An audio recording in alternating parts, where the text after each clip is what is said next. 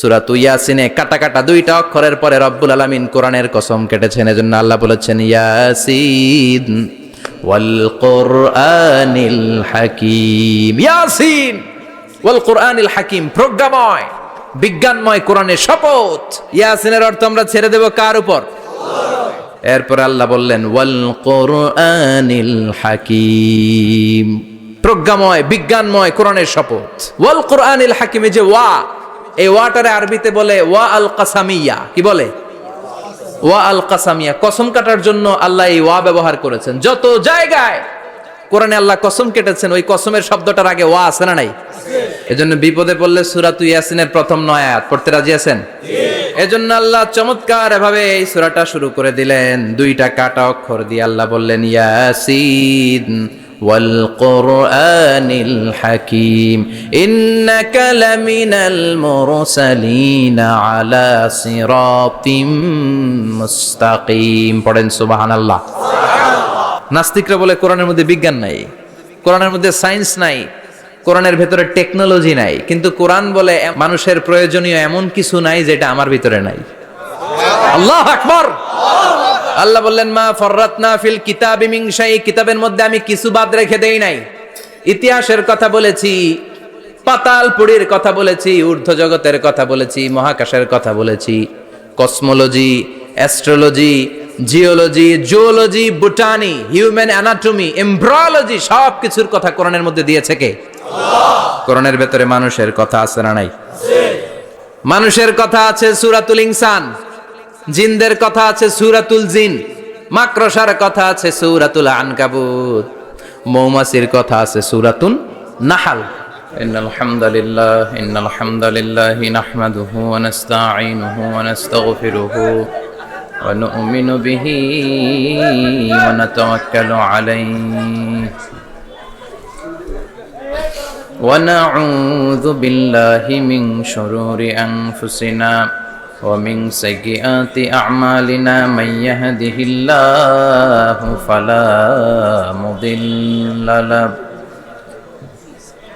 ومن يضلل فلا هادي له أي فلن تجد له وليا مرشدا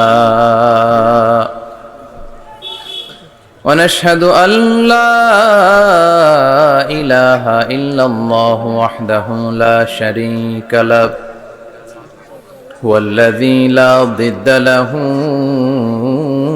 ولا ند له لا مثل له ولا مثيل له لا وزير له ولا كفيل له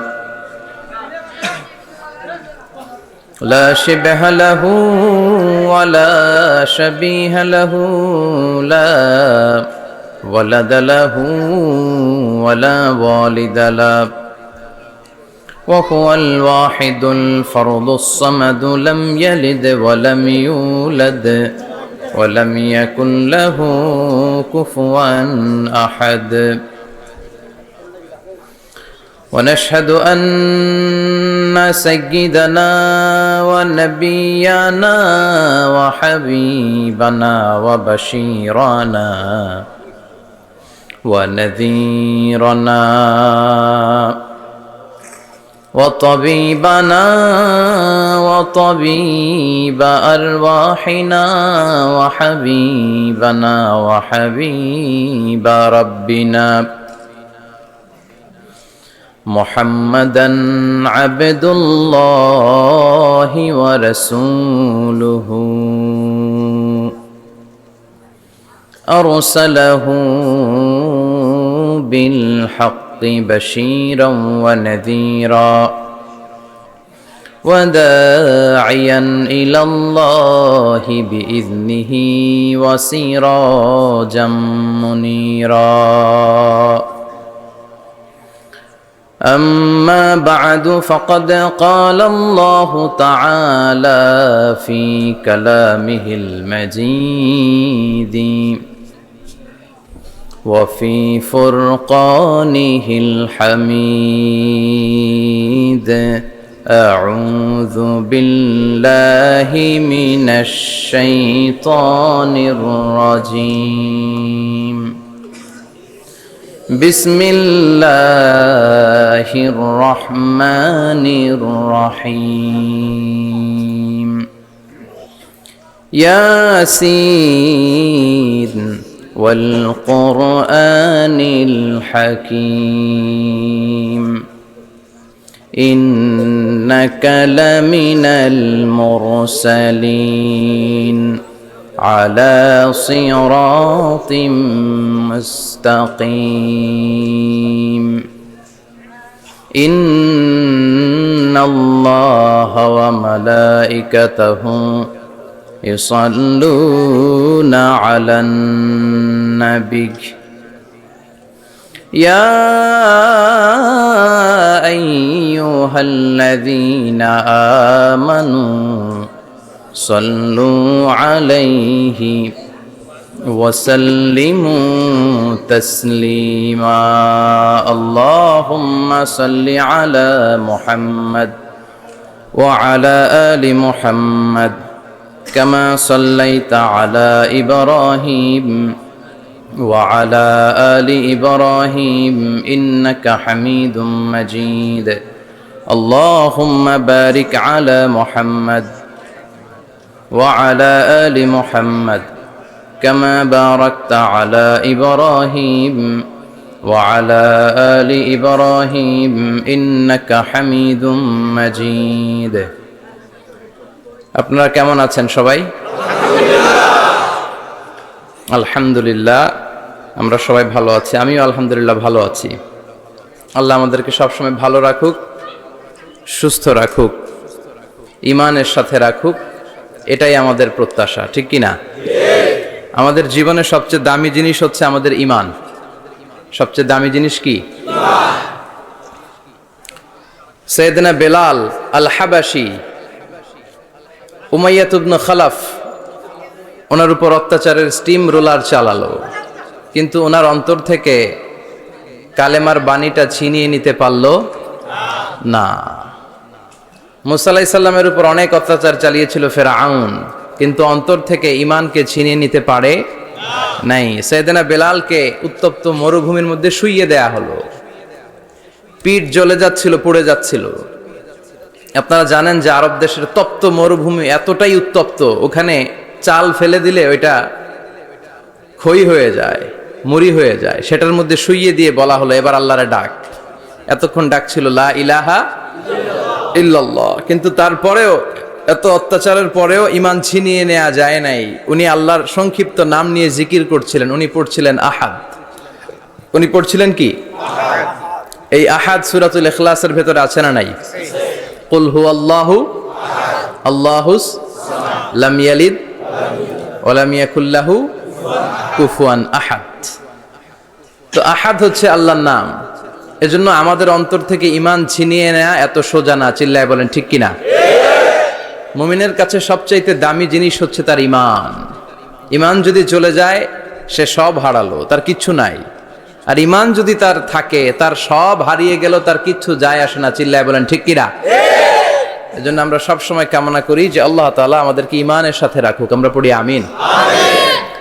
এজন্য সব সময় শুকরিয়া করতে হবে একজনের, যিনি আমাদেরকে ঈমানের উপর থাকার তৌফিক এনায়েত করেছেন। তিনি কে? আল্লাহ। আল্লাহর শুকরিয়া কি কম কম না বেশি বেশি? বিশ্বনবী সাল্লাল্লাহু আলাইহি ওয়াসাল্লাম মসজিদে নববীতে সালাতের ইমামতি করছেন। আল্লাহু আকবার বলে নামাজ শুরু করলেন। রুকুতে গেলেন, রুকু থেকে দাঁড়িয়ে পড়লেন সামি আল্লাহু লিমান হামিদা। ফিসফিস আওয়াজে পেছনে থাকা সাহাবারা পড়লেন রব্বানা ওয়ালাকাল হামদ। এক সাহাবী অতিরিক্ত বাড়িয়ে পড়লেন হামদান কাসীরান তাইয়িবান মুবারাকান ফীহি। পারেন না সবাই? পড়েন হামদান কাসীরান তাইয়িবান মুবারাকান ফী। আবার আওয়াজ করে পড়েন হামদান কাসীরান তাইয়িবান মুবারাকান ফীহি। বিশ্বনবী সালাত শেষ করলেন, সালাম ফিরালেন, মুসল্লিদের দিকে মুখ ফিরিয়ে বললেন সামি আল্লাহু লিমান হামিদা বলে যখন আমি দাঁড়িয়েছি তোমরা ফিসফিস করে পড়েছো রব্বানা ওয়ালাকাল হামদ। কে যেন পড়েছো হামদান কাসীরান তাইয়িবান মুবারাকান ফী? কে পড়েছো? আমি তো এটা কখনো শিখাই নাই, কোত্থেকে পেলে? কেন পড়েছো? দাঁড়াও। কেউ দাঁড়ায় না, ডানে বায়ে সামনে পেছনে কেউ দাঁড়ায় না, সবাই ভয় পেয়ে গেছে। যে কি যেন কি হয়। বিশ্বনবী অভয় দিলেন, বললেন যে আমি কিছু বলবো না, দাঁড়াও। বিশ্বনবী অভয় দেওয়ার পর এক সাহাবী হাত তুলে দাঁড়িয়ে বললেন, ইয়া রাসূলুল্লাহ, আমি পড়েছি। বিশ্বনবী বললেন, কেন পড়েছো? আমি তো এটা শিখাই নাই। সাহাবী বললেন, ইয়া রাসূলুল্লাহ, আল্লাহর প্রশংসা আমার কম কম করলে অন্তর জুড়ায় না, আমার করতে মনে চাই বেশি বেশি। এজন্য আমি নিজ থেকে এটা বানিয়ে বাড়িয়ে মিলিয়ে পড়ে দিয়েছি, হামদান কাসীরান তাইয়িবান মুবারাকান ফি। বিশ্বনবী বললেন, ভয় নাই, চিন্তা নাই, টেনশনের কোনো কারণ নাই, কারণ আমি সালাতে থাকা অবস্থায় দেখেছি তোমার এই অতিরিক্ত 4টা তাসবির সওয়াবটা, 4টা তাসবির সওয়াবটা বিদউ ওয়া সালাসুনা মালাইকা, 30-এরও বেশি ফেরেশতা কে কার আগে এই সওয়াবটা আল্লাহর আরশে পৌঁছে দিবে এ নিয়ে আকাশে প্রতিযোগিতা চলছিল। এজন্য আল্লাহর প্রশংসা বেশি বেশি করার দরকার আছে না নাই?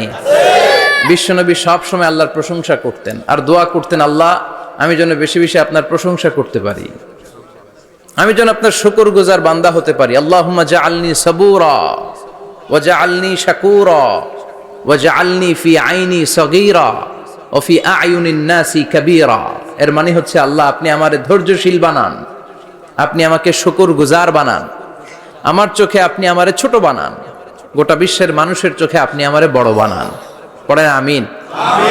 নিজের চোখে নিজেকে কি করবেন? ছোট। তাহলে মানুষের চোখে বড় বানায় দিবে কে? আল্লাহ। আর নিজেই যদি বলেন আমি বড়, ফেরাউনের মতো, আনা রব্বুকুমুল আ'লা, আমি তোদের বড় খোদা, আল্লাহ কয় তুই হইলি হুদা, ঠিক কিনা? বড় হইতে পারে নাই। নীল নদের পানিতে সুবায় সুবায় আল্লাহ মারছে, চিল্লায় বলেন ঠিক কিনা? পৃথিবীতে কেউ তো স্থায়ী হয় না, হোক না সে ফেরাউন কিবা নমরুদ, কেউ ভাবে চিরদিন রয় না, কেউ ভাবে চিরকাল রয় না, পৃথিবীতে কেউ তো স্থায়ী হয় না, হোক না সে ফেরাউন কিবা নমরুদ, কেউ ভাবে চিরদিন রয় না, কেউ ভাবে চিরকাল রয় না। চিল্লায় বলেন ঠিক কিনা? চিরকাল কেউ থাকবে না, কারণ আল্লাহ ছাড় দেয়, তিনি ছেড়ে দেন না। মনে রাখবেন, আল্লাহ কি দেয় আর কি দেয় না। ফেরাউনরে কি দিছিল? ছাড় দিছে, ছাইরা দিছে। নমরুদরে কি দিছে? ছাড় দিছে, ছাইরা দিছে। এখনো দেখা যায় আল্লাহ অনেককে ছাড় দেয়, ঢিল দেয়, সুযোগ দেয়, কিন্তু আল্লাহ ছেড়ে দিবেন না। চিৎকার করে বলেন ঠিক কিনা? এজন্য সব সময় প্রশংসা করব কার? আল্লাহ। খাওয়ার সময় প্রশংসা কার? আল্লাহ। ঘুমানোর সময় আল্লাহ। জিকির করার সময় আল্লাহ। ঘুষ খাওয়ার সময় আল্লাহ। ঘুষ খাওয়া যাবে না। আর রাশি ওয়াল মুরতাশি কিলাহুমা ফিন্নার, ঘুষ যে দেয় ঘুষ যে নেয় উভয়ই জাহান্নামী। আল্লাহ ঘুষ থেকে আমাদেরকে বাঁচাও। আমিন। বাংলাদেশে ঘুষ আছে না নাই? আছে। সরকারি অফিসগুলোতে শুধু নাই, বেশি। আল্লাহ ঘুষ থেকে হেফাজত করো, যৌতুক থেকে হেফাজত করো, পর্নোগ্রাফি থেকে হেফাজত করো, হিন্দি সিনেমা থেকে হেফাজত করো, মারামারি কাটাকাটি থেকে তুমি আমাদেরকে হেফাজত করো। গোটা বাংলার জমিনে ঐক্য প্রতিষ্ঠা করার তৌফিক দাও। মদিনার সমাজ যেন আমাদের দেশে প্রতিষ্ঠিত হয়, আল্লাহ তুমি তৌফিক দাও। চিল্লায় পড়েন আমিন। এজন্য বিপদে আপদে মুমিন সব সময় প্রশংসা করে কার? আল্লাহ। আল্লাহর প্রশংসা করে শেষ করা যায়? যাবে? ওয়া ইন তাউদ্দু নি'মাতাল্লাহি লা তুহসুহা, আমার নেয়ামত যদি গুনতে শুরু করে দাও গুনে শেষ করা যাবে না। আর নেয়ামতের প্রশংসা যদি করো আমি নেয়ামত আরো বাড়িয়ে দেব। আর যদি প্রশংসা না করো তাহলে জেনে রাখো আমার শাস্তি বড় কড়া। আমি সব সময় ধরি না, ধরলে সারি না। এজন্য সবসময় প্রশংসা করতে হবে কার? আল্লাহ। বিপদে আপদে সুখে দুঃখে আল্লাহর প্রশংসা। অভিযোগ কমিয়ে দেন, দেখবেন সুখে থাকবেন। এইটা নাই, ওইটা নাই, এইটা পাই নাই, ওইটা পাই নাই, জীবনে এইটা হই নাই রে, ওইটা পাইলাম না রে, এরকম অভিযোগ করে দেদারসে অনেক এরকম লোক আছে না নাই? আছে। এরা অসুখী, এরা অসফল। সফল ব্যক্তিদের একটা গুণাবলী হচ্ছে এরা কমপ্লেইন করে কম, কমপ্লেইন করে কম, তারা শুকরিয়া করে বেশি। দে আর ভেরি গ্রেটফুল, তারা শুকরিয়া করে বেশি। এটা পাই নাই, ওইটা পাই নাই, এগুলো বলবেন না, কারণ আপনি যেটা পাইয়া খুশি না অনেকে এইটা পাওয়ার জন্য সংগ্রাম করে যাচ্ছে। আপনি এখন যেই জায়গাটাতে আছেন, এই জায়গাটাতে পৌঁছা অনেকে স্বপ্ন, আপনি এটা পেয়ে খুশি না, কিন্তু আপনার জায়গায় পৌঁছার জন্য অনেকে স্ট্রাগল করে যাচ্ছে, সংগ্রাম করে যাচ্ছে। আপনি যেই পজিশনে আছেন, শুধু এই পজিশনে আসাটাই অনেকের স্বপ্ন। তো শুকরিয়া করবেন না কেন? এজন্য সব সময় আমাদের বেশি বেশি শুকরিয়া করতে হবে কার? রব্বুল আলামিন বলেন, কুল লাউ কানাল বাহরু মিদাদান লিকালিমাতি রাব্বি লানাফিদাল বাহরু ক্বাবলা আন তানফাদা কালিমাতু রাব্বি ওয়ালাউ জিনা বিমিসলিহি মাদাদা। সাগরের জলকে কালি করে,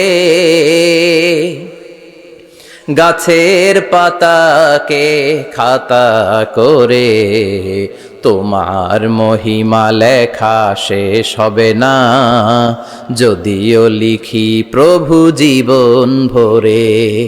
সাগরের জলকে কালি করে, গাছের পাতাকে খাতা করে, তোমার মহিমা লেখা শেষ হবে না, যদিও লিখি প্রভু জীবন ভরে। সাগরের জলকে কালি করে, চিল্লায় বলেন ঠিক কিনা? সব সাগর মহাসাগরের জল যদি কালি হয়ে যায়, কি উপমা দিলেন আল্লাহ! সব সাগরের পানি যদি কালি হয়ে যায়, সব গাছের পাতাও যদি খাতা হয়ে যায়, আর সাগরের জল নামক কালি দিয়ে গাছের পাতা নামক খাতার উপরে যদি আমি আল্লাহর প্রশংসা তোমরা লিখতে শুরু করে দাও, সাগরের জল শেষ হয়ে যাবে, গাছের সব পাতাগুলো ফুরিয়ে যাবে, আমি আল্লাহর প্রশংসা করে শেষ করা যাবে না। সুবহানাল্লাহ বাড়িতে যায় বলবেন সাগরের জল। চারটেখানে কথা। কয়টা সাগর দেখছেন আপনি? কয়টা সাগর ঘুরছেন? প্রশান্ত মহাসাগর দেখছেন আপনি? আটলান্টিক মহাসাগর দেখেছি আমরা? দেখি নাই। প্রশান্ত মহাসাগরের সবচেয়ে গভীর জায়গার নাম মারিয়ানা ট্রেঞ্চ। প্রায় 36,000 ফিট ওইটা ডেপথ, গভীরতা। কয় হাজার ফিট গভীর? আপনার বাড়ির যে পুকুর কয় হাত গভীর? হ্যাঁ, 36,000 ফিট। কেন ইমাজিন, কল্পনা করতে পারেন 36,000 ফিট গভীর এটা মারিয়ানা ট্রেঞ্চ, প্রশান্ত মহাসাগর। আর এই পৃথিবীর সবচেয়ে উঁচু যে পাহাড়টা, এটার নাম মাউন্ট এভারেস্ট। এটার উচ্চতা প্রায় অ্যাপ্রক্সিমেটলি রাউন্ড 29,000 ফিট। পাহাড়, পৃথিবীর সবচেয়ে উঁচু পর্বত শৃঙ্গ মাউন্ট এভারেস্ট 29,000 ফিট। আর পৃথিবীর সবচেয়ে গভীর সাগর, প্রশান্ত মহাসাগরের সবচেয়ে গভীর জায়গা মারিয়ানা ট্রেঞ্চ, ওইটা নাকি 36,000 ফিট। তাহলে ওই পাহাড়কে তুলে ধরে এনে প্রশান্ত মহাসাগরের সবচেয়ে গভীর জায়গা মারিয়ানা ট্রেঞ্চের উপর যদি ছেড়ে দেয়া হয়, পুরো পাহাড় ডুবে যাবে। সুবহানাল্লাহ নাই? পুরো পাহাড় ডুবে যাবে, উপরে পানি থেকে যাবে প্রায় 7,000। আল্লাহু আকবার। এই পৃথিবীর দ্বিতীয় গভীরতম সাগরের নাম আটলান্টিক মহাসাগর। এ সাগরের সবচেয়ে গভীর জায়গার নাম হচ্ছে পুয়ের্টো। এই পুয়ের্টোর গভীরতা প্রায় 33,000 ফিট। কত? আর সবচেয়ে বড় পাহাড় 29,000 ফিট। তো এই সাগরেও যদি বড় পাহাড়টা, পৃথিবীর সবচেয়ে উঁচুতম পর্বত শৃঙ্গকে এনে ছেড়ে দেয়া হয়, পুরো পাহাড় পানিতে তলিয়ে তো যাবেই, এর উপরে আরো পানি থেকে যাবে 4,000 ফিট। সাগর, মহাসাগর, পানি বেশি না কম? জোরে বলেন। কি বিশাল আটলান্টিক মহাসাগর! লম্বায় তো অনেক বড়, আড়াআড়ি ভাবে এটারে ক্রস করে অনেক প্লেন, অনেক বিমান। আগে কনকর্ড ক্রস করতো হিথ্রো এয়ারপোর্ট থেকে জন এফ কেনেডি এয়ারপোর্টে ল্যান্ড করার জন্য।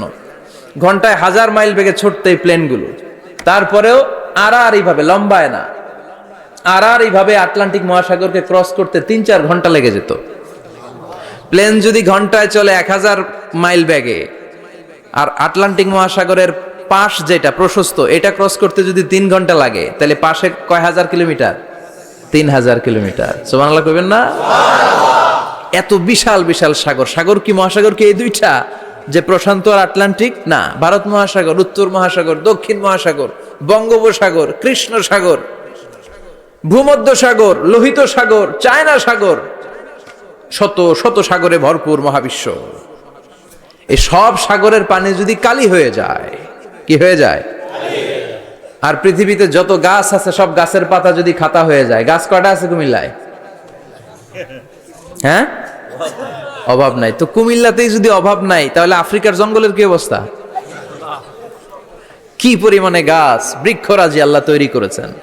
এই সব গাছের পাতা যদি এরকম খাতা হয়ে যায়, আর এই সাগরের জল নামক কালি দিয়ে যদি এই খাতায় আল্লাহর জিকির লিখতে শুরু করেন, প্রশংসা লিখতে শুরু করেন, গাছের পাতাও শেষ, সাগরের পানিও শেষ, শেষ হবে না আল্লাহর জিকির আর প্রশংসা করেন। আল্লাহু আকবার। এজন্য সব সময় প্রশংসা করতে হবে একজন সত্তার, তিনি কে?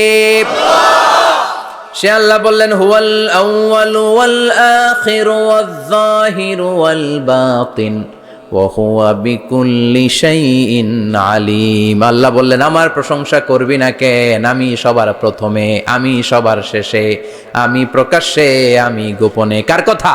আল্লাহ। প্রথমে কে? আল্লাহ। জোরে বলেন, আল্লাহ। প্রথমে আল্লাহ আল্লাহ, শেষেও আল্লাহ আল্লাহ, আকাশে আল্লাহ আল্লাহ, জমিনে আল্লাহ আল্লাহ। পড়েন পড়েন, প্রথমে আল্লাহ আল্লাহ, শেষেও আল্লাহ আল্লাহ, আকাশে আল্লাহ আল্লাহ, জমিনে আল্লাহ আল্লাহ। আবার পড়েন, প্রথমে শেষেও, আকাশে আল্লাহ আল্লাহ, জমিনে আল্লাহ আল্লাহ। নিখিল জাহান গায়ে গুণগান, তার নামে গায় আমরাও গাহি। তাআলা হামদে বারি তাআলা, হামদে বারি তাআলা, হামদে বারি তাআলা। পড়েন আল্লাহু আকবার। তিনিই প্রথম, তিনিই শেষ, তিনিই প্রকাশ্য, তিনিই গোপন। এজন্য প্রশংসা চলবে একজনের। চিল্লায় বলেন, কে? আল্লাহ তোমার প্রশংসার জন্য আমরণ আমরা করতে পারি, তৌফিক দাও। জোরে পড়েন আমিন। সুলতানপুর নুরানিয়া হাফিজিয়া মাদ্রাসা ও এতিমখানার উদ্যোগে আজকের এই প্রোগ্রাম সভাপতিত্ব করছেন আলহাজ শামসুল হক সরকার, অবসরপ্রাপ্ত সরকারি কর্মকর্তা। আসছেন সভাপতি? অসুস্থ, আল্লাহ তুমি সুস্থ করো। আমার আগে কথা বলছিলেন হযরত মাওলানা ইয়াহিয়া মাহমুদ দামাত বারাকাতুহু, প্রতিষ্ঠাতা প্রিন্সিপাল শাইখুল হাদিস জামিয়া দারুল উলুম রামপুরা ঢাকা। সুন্দর বয়ান করছিলেন, আমি খাচ্ছিলাম আর শুনছিলাম। প্রামাণ্য বর্ণনা করছিলেন কিভাবে কিয়ামত হবে, কিভাবে আমরা উঠব হুফাতান ওরাতান মুশাতান গুরলা, উলঙ্গ, নেকেড। সেদিন আমাদের গায়ে জামা থাকবে? জ্যাকেট থাকবে খালি। কি থাকবে?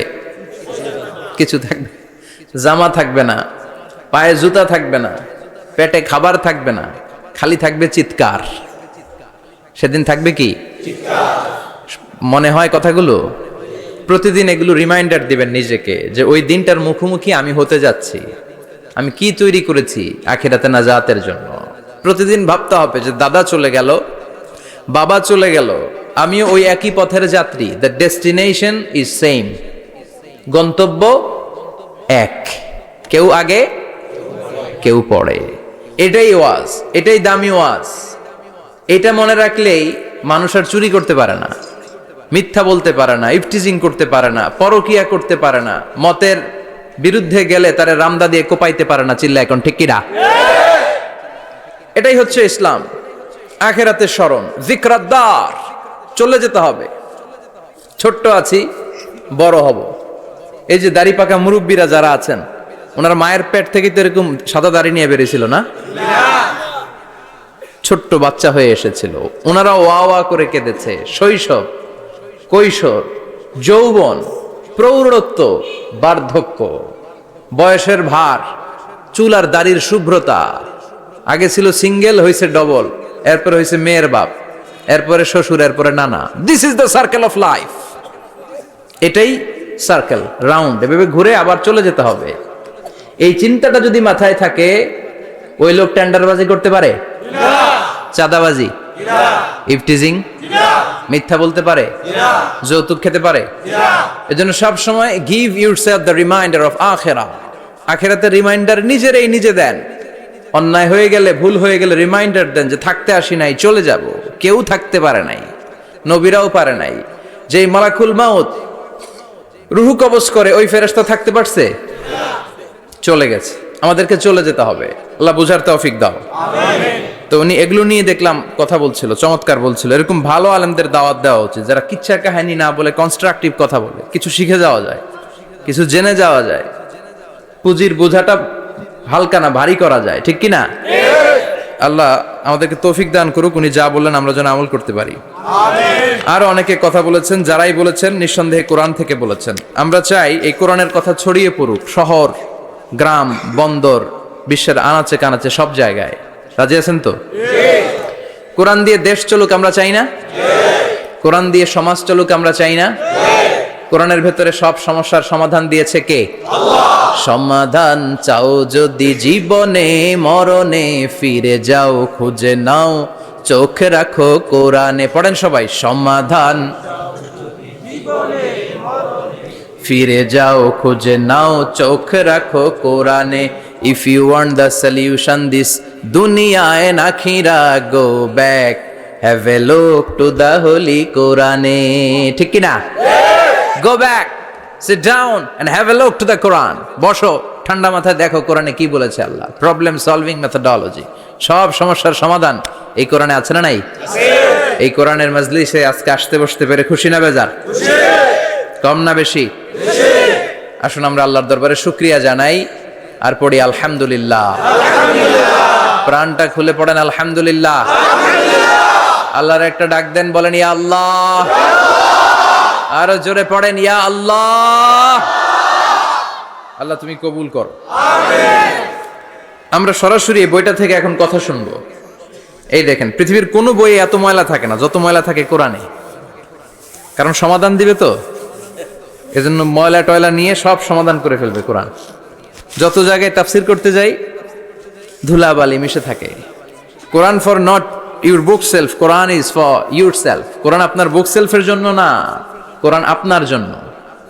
আমরা বুক সেলফে রাখি, তাও নিচের তাকে না, উপরের তাকে, যাতে কেউ নাগাল না পায়। এরকম ডাকাইত আছে না নাই? কোরআনের সাথে অ্যাটাচমেন্ট বাড়াতে হবে। You have to increase your attachment with the holy Quran. এটা এনলাইটেন করতে এসেছে আপনার জীবনকে, আলোকিত আলোকিত। এই যে আমরা কোরআনের উপর আলোকপাত করি না, এটা এনলাইটেন করে, আলো বিচ্ছুরিত করে, আপনার জীবনকে উজালা করবে। এজন্য কোরআনের সাথে সম্পর্ক বাড়াতে হবে, শুদ্ধভাবে পড়তে জানতে হবে, অর্থ জানতে হবে। আল্লাহ কি বলেছেন জানতে মনে চায় না? আসুন আমরা জানার চেষ্টা করি। আল্লাহ তুমি তৌফিক দাও, পড়েন আমিন। আমি আপনাদের খেদমতে সূরা ইয়াসিন থেকে তেলাওয়াত করছি, টের পাইছেন?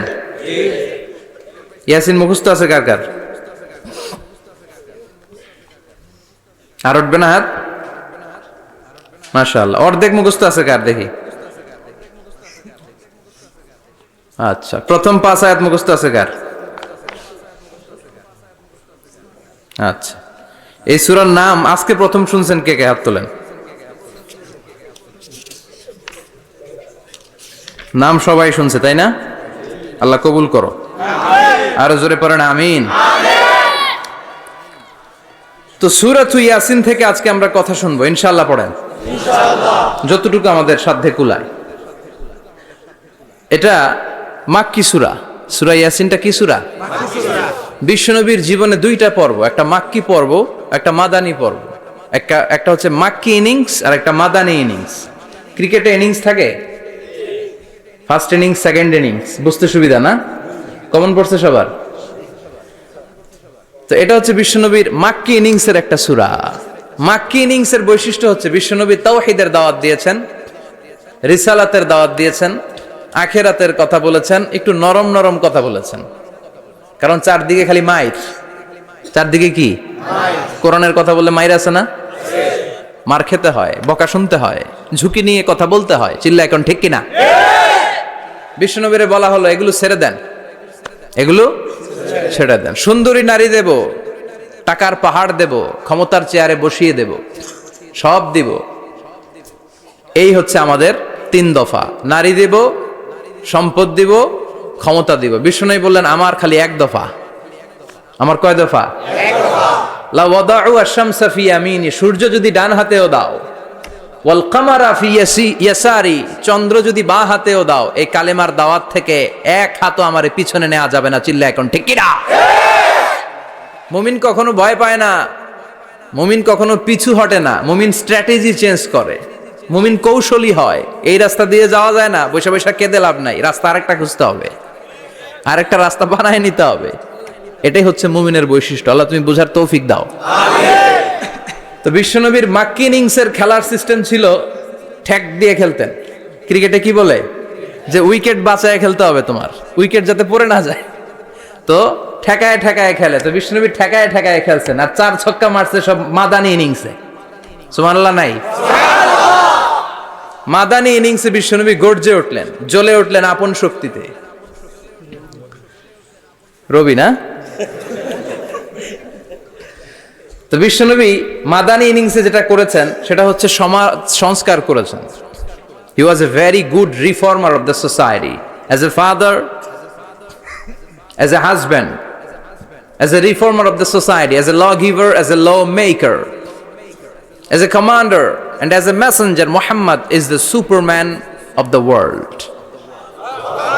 স্বামী হিসেবে, বাবা হিসেবে, নেতা হিসেবে, নবী হিসেবে, সমাজ সংস্কারক হিসেবে, আইন প্রণেতা হিসেবে মুহাম্মদ হচ্ছেন এই পৃথিবীর জন্য সুপারম্যান।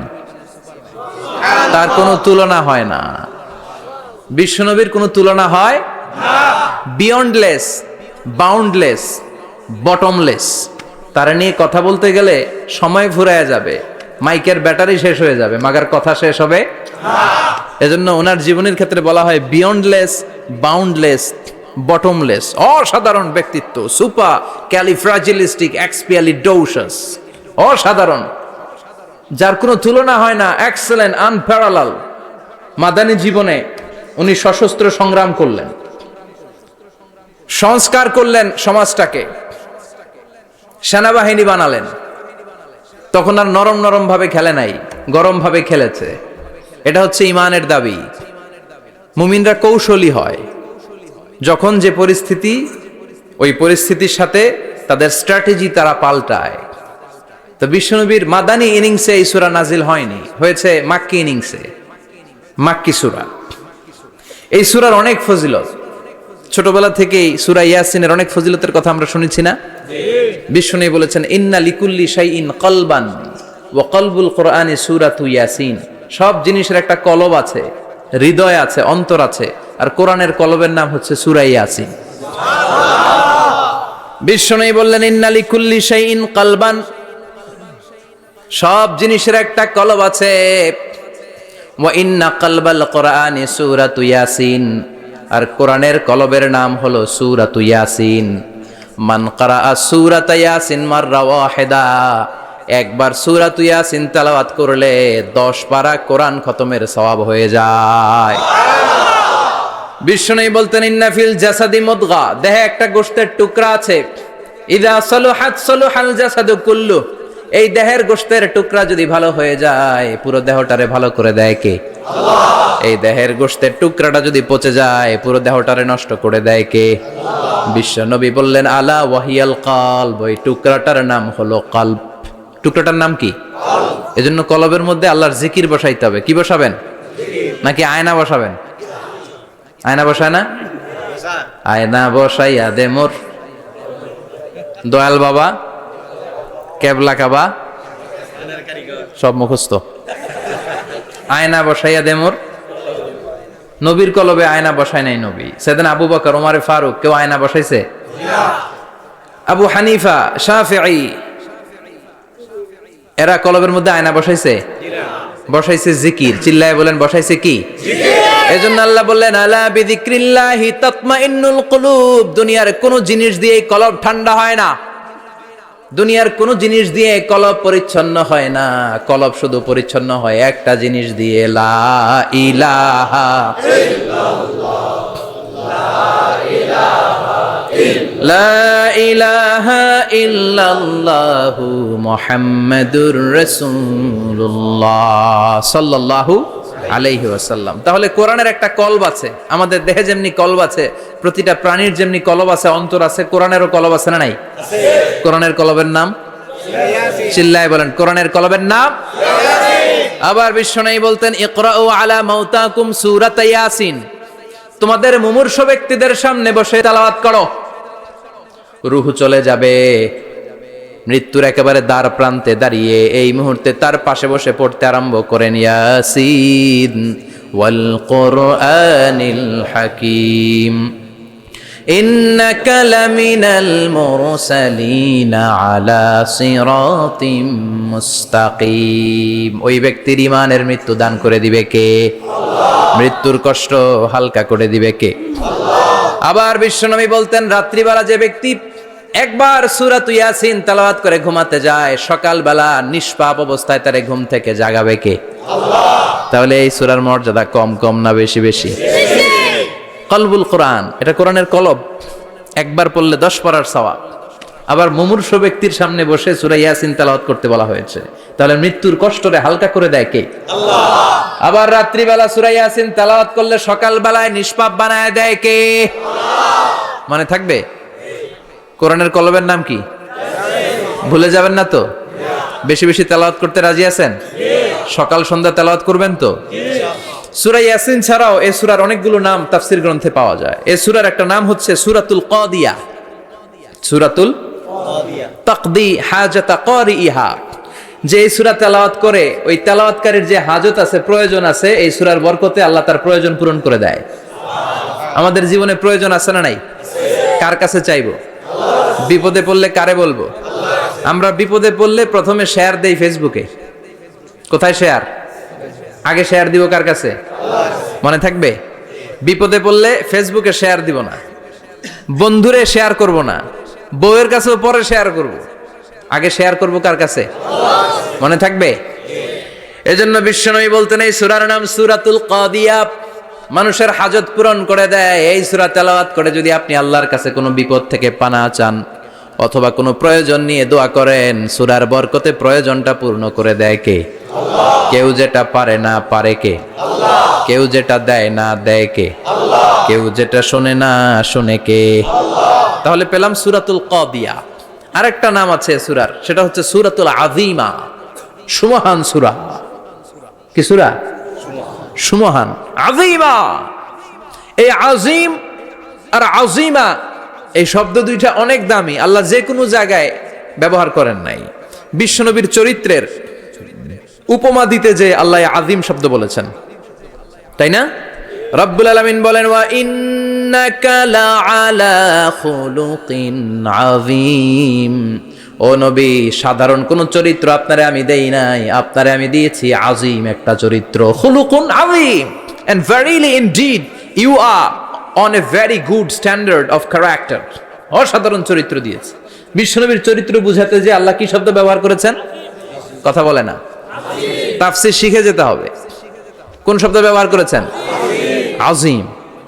আবার আল্লাহ নিজের পরিচয় দিতে যে আযীম বলেছেন, ওয়ালা ইয়াউদুহু হিফযুহুমা ওয়া হুয়াল আলিয়্যুল আযীম। সুবহানাল্লাহ। আকাশ জমিনের নিয়ন্ত্রণ করতে যে আল্লাহ কখনো ক্লান্ত হয় নাকি? কারণ তিনি হচ্ছেন আল আলিয়্যুল আযীম। আল্লাহু আকবার। তার মানে নবীর চরিত্রের ক্ষেত্রে আযীম, আল্লাহর নিজের সত্তার ক্ষেত্রে আল্লাহ বললেন আযীম। আবার বললেন কিয়ামতের দিন গোটা পৃথিবীটারে আমি নাড়িয়ে দেব, গোটা পৃথিবীতে একটা আমি ভূমিকম্প দিব। এই কথাও কোরআনে আছে না নাই? ইযা জুলজিলাতিল আরদু জিলজালাহা আল কারিয়াতু মাল কারিয়া। পুরো পৃথিবী কাঁপিয়ে দিব। এই কাঁপাকাঁপিটা ওই দিনের ভূমিকম্পটা কি অন্যান্য সময়ের ভূমিকম্পের মতো হবে? এই ভূমিকম্পকে আল্লাহ বলেছেন আযীম। ইন্না জালজালাতাস সাআতি লা শাইউন আযীম। সেদিনের ভূমিকম্প সাধারণ কোনো আর্থকোয়েক নয়, সাধারণ ভাইব্রেশন না, এটা আযীম। আবার আল্লাহ কোরআনকেও আযীম বলেছেন, ওয়ালাকাদ আতাইনাকা সাবআম মিনাল মাসানি ওয়াল কুরআনাল আযীম। ও নবী, আমি আপনারে নিত্য পাঠনীয় সপ্তবাক্য সূরাতুল ফাতিহা দিয়েছি, সাথে সাথে কোরআনে আযীম দান করেছি। সুবহানাল্লাহ। তার মানে কোরআনের ক্ষেত্রে আযীম, কিয়ামতের ভূমিকম্প এটা আযীম, আল্লাহ নিজেও আযীম, বিশ্বনবীর চরিত্র আযীম। আবার এই সূরাটাও যেহেতু দামি, এজন্য এই সূরার নাম সূরাতুল আযীমা, সূরাতুল সুমহান সূরা। এটা যেন তেন সূরা নয়, এটা তো কোরআনের কলব। কলব ছাড়া মানুষ বাঁচে? হার্ট ফাউন্ডেশনে যেয়ে দেখবেন মানুষের কি অবস্থা। হৃদরোগ, হৃদয় যার নষ্ট, তার যে কত কষ্ট। এই যে কি পরানো লাগে এখন, রিং পরায়, এনজিওগ্রাম, এনজিওপ্লাস্টি করে আর্টারি ব্লক করে ফেলে চর্বি। এত চর্বি আমরা খাই, এত গরুর গোশত আমরা খাই। মনে রাখবেন, যেই প্রাণীর পা বেশি ওইটার ভিতরে কোলেস্টেরল বেশি। মাছের কয় পা? হ্যাঁ, নাই, এখানে নাই, মাছের পাটা নাই, কোলেস্টেরল নাই। মুরগির কয় পা? জোরে বলতে হবে। তার মানে কিছু কোলেস্টেরল আছে না নাই? গরুর কয় পা? কোলেস্টেরল বেশি না কম? এইবার কোন চিংড়ির কয় পা? সবচেয়ে বেশি কোলেস্টেরল কন্টেইন করে শ্রিম্প, প্রন, চিংড়ি। এজন্য এগুলো কম খাইতে হবে। তবে 40-এর আগে যারা আছেন ধুমায়া খান, 40-এর পরে এই যে মাটন, ল্যাম্প, ছাগলের গোশ, খাসির গোশ, চিংড়ি, এগুলো আপনার ডায়েট থেকে বাদ দিয়ে দিতে হবে। বুঝতে পেরেছেন? এজন্য এই সূরাটা যেন তেন সূরা নয়, এটা তো কোরআনের কলিজা, হার্ট, হৃদয়। এজন্য সূরাটা সূরাতুল আযীমা। সুবহানাল্লাহ পড়েন। তার মানে 1 নম্বরে পেলাম সূরাতুল কাদিয়াহ, 2 নম্বরে পেলাম সূরাতুল আযীমা, 3 নম্বরে সূরার আরেক নাম হলো সূরাতুল মুইম্মা। সূরাতুল মুইম্মা। মুইম্মার 2 অর্থ। এক অর্থ হচ্ছে এটার বরকতটা আম, সবার জন্য, যেই পড়ে সেই বরকত পায়, এজন্য মুইম্মা। আবার মুইম্মার আরেক অর্থ হচ্ছে যেই সূরা শত্রুকে অন্ধ করে দেয়। কি করে দেয়? এই সূরার প্রথম 9টা আয়াত যদি বিপদে পড়ে, শত্রুর কবলে পড়ে আপনি তেলাওয়াত করেন, শত্রুর চোখটারে অন্ধ করে দিবে কে? আল্লাহ। বিশ্বনবী মক্কা থেকে যখন মদিনায় যায়, হিজরতের সময় বিশ্বনবী সূরাতুল ইয়াসিনের প্রথম 9টা আয়াত তেলাওয়াত করলেন। তেলাওয়াত করে আল্লাহর নাম নিয়ে ঘর থেকে বের হলেন। আশেপাশে কাফেররা ঘুরে কিন্তু বিশ্বনবীরে দেখে না। সবাই খেলে এরকম এরকম করে, ডানে বায়ে হাতায় বিশ্বনবীর সামনে দিয়ে যায়, কিন্তু কাফেরদের চোখ অন্ধ করে দিয়েছে কে? আল্লাহ। এজন্য কোরআন তেলাওয়াত করলে কাফেরদের চোখকে অন্ধ বানায় দেয় কে? আল্লাহ। এজন্য সূরার একটা নাম হচ্ছে সূরাতুল মুইম্মা। কি নাম? অন্ধ করে দেয়। তাফসিরে কুরতুবির মুসান্নিফ ইমাম আল কুরতুবি, ওনাকে জালিম বাদশা বন্দী করেছিল। ওনার তাফসিরে এসেছে উনি শক্তিশালী লোক ছিলেন, জেলখানা ভেঙে বাঁচার জন্য দিছে দৌড়। উনারেও ধরার জন্য জালিম বাদশার সৈনিকেরা ঘোড়া নিয়ে রওনা হয়েছে। উনিও দৌড়ায়, ঘোড়াও পেছন থেকে আসে। ওমিয়া মানুষ কি ঘোড়ার দৌড়ের সাথে পারে? উনি হাঁটতে হাঁটতে হয়রান হয়ে এক বালুর ময়দানে যেয়ে ধপাস করে পড়েছেন।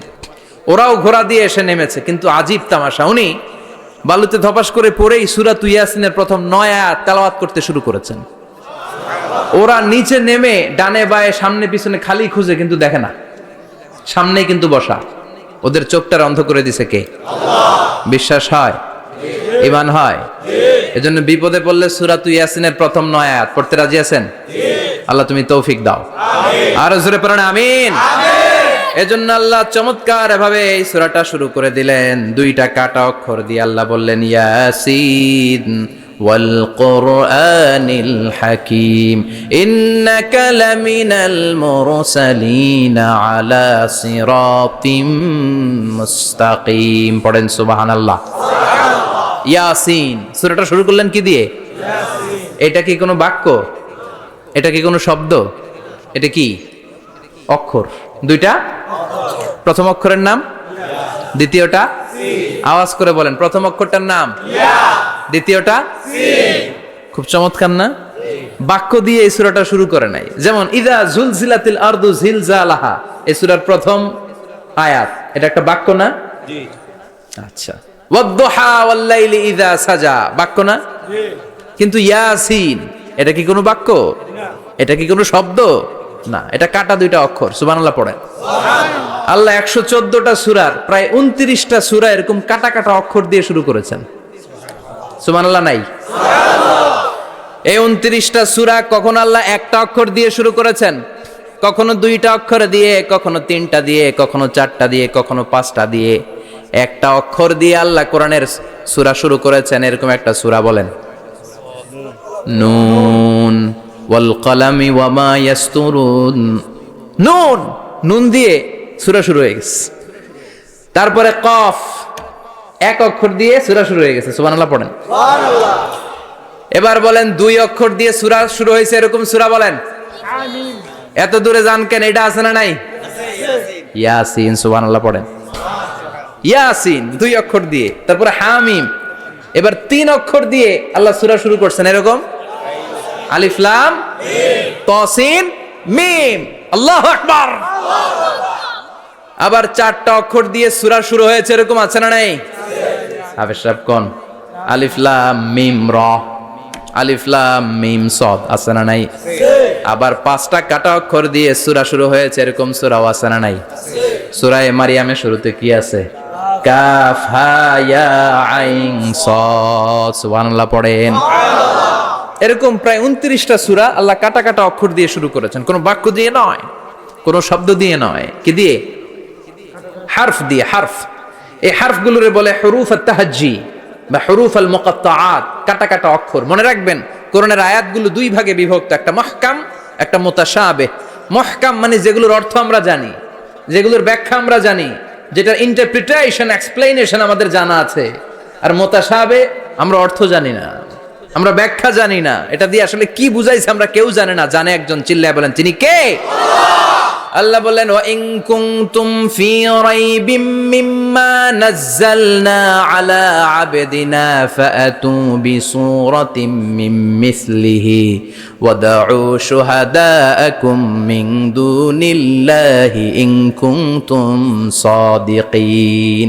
আল্লাহ বললেন ও জাহেলি যুগের লোকেরা, শোনো শোনো, এত আরবি কবিতা বানাতে পারো, এত গল্প লিখতে পারো, আরবিতে এত নোবেল বানাতে পারো, উপন্যাস বানাতে পারো, আর্টিকেল লিখতে পারো, আমার নবীর উপর যে কোরআন আমি নাজিল করেছি এই কোরআনের ব্যাপারে অন্তরে যদি কোনো সন্দেহ থাকে, বাপের বেটা হলে পারলে কোরআনের মতো একটা সূরা বানিয়ে নিয়ে আসো। পারছে? কিয়ামত পর্যন্ত কেউ পারবে? বিশ্বনবী যেই জামানাতে এসেছিলেন ওই জামানায় আরবি ভাষা সাহিত্যের উৎকর্ষতা সাধিত হয়েছিল। আরবি ভাষার এতটা উৎকর্ষ পৃথিবী কখনো দেখে নাই। কবিতা, গদ্য, পদ্য, গল্প, উপন্যাস, রচনা, প্রবন্ধ, আর্টিকেলের শয়লাভ। এই ভাষা সাহিত্যিকদের চোখে আঙ্গুল দিয়ে আল্লাহ বুঝাতে চাইলেন, এত অর্থ করতে পারো, এত ব্যাখ্যা জানো, এত বড় বড় বুলিয়া ওড়াও, এত কিছু তুমি জানো, তাহলে বলো ইয়াসিন অর্থ কি? সুবহানাল্লাহ কইবেন না? তাইলে বল নুন অর্থ কি? কফ মানে কি? আলিফ লাম রা মানে কি? ফাবুহিতাল্লাযী কাফার। কেউ জানে না, কেউ উত্তর দিতে পারে না। কোন সুবহানাল্লাহ। এটা কোরআনের মুজিজা, এটার অর্থ কেউ জানে না। আর এগুলোর অর্থ নিয়ে খোঁচাখুচি করাও ঠিক না। তবে মুফাসসিরিনে ইকরাম এগুলোর কিছু অর্থ সম্ভাব্য বলার চেষ্টা করেছেন। যেমন ইয়াসিনের অর্থ ইবনে আব্বাস বলেছেন এর অর্থ হতে পারে ইয়া ইনসান, হে মানুষ। সুবহানাল্লাহ পড়েন। কেউ কেউ বলেছে এটার অর্থ হতে পারে ইয়া সাইয়্যিদ আল মুরসালিন। কেউ কেউ বলেছেন ইয়াসিন হতে পারে ইসমুল্লাহ, আল্লাহর নাম। কেউ বলেছেন এটা হতে পারে ইসমুন লিন নবী, বিশ্ব নবীর নাম। আবার কেউ কেউ বলেছেন ইয়াসিন হতে পারে এই কোরআনে কারিমের একটা নাম। কোন সুবহানাল্লাহ। এই সম্ভাব্য সব কথাগুলো বলে পৃথিবীর সব মুফাসসিররা বলতে বাধ্য হয়েছেন আল্লাহু আ'লামু বিমুরাদিহি বিহি। এটার দ্বারা আসল অর্থ যে কি এটা আমরা কেউ জানি না। জানে কে? আল্লাহ। চিৎকার করে বলতে হবে, জানে কে? আল্লাহ। তাহলে ইয়াসিন মানে আমরা জানি না। ইয়াসিনের অর্থ আমরা ছেড়ে দেব কার উপর?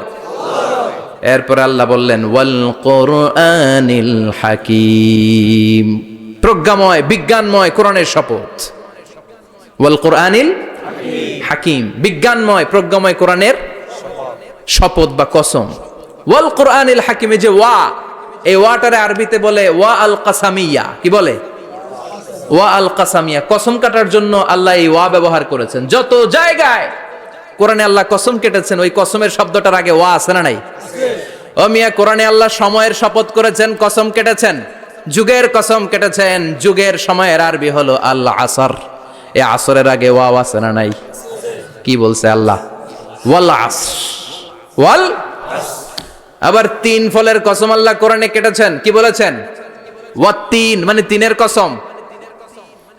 জাইতুনের কসম কেটেছেন, বলেছেন ওয়াজ জাইতুন।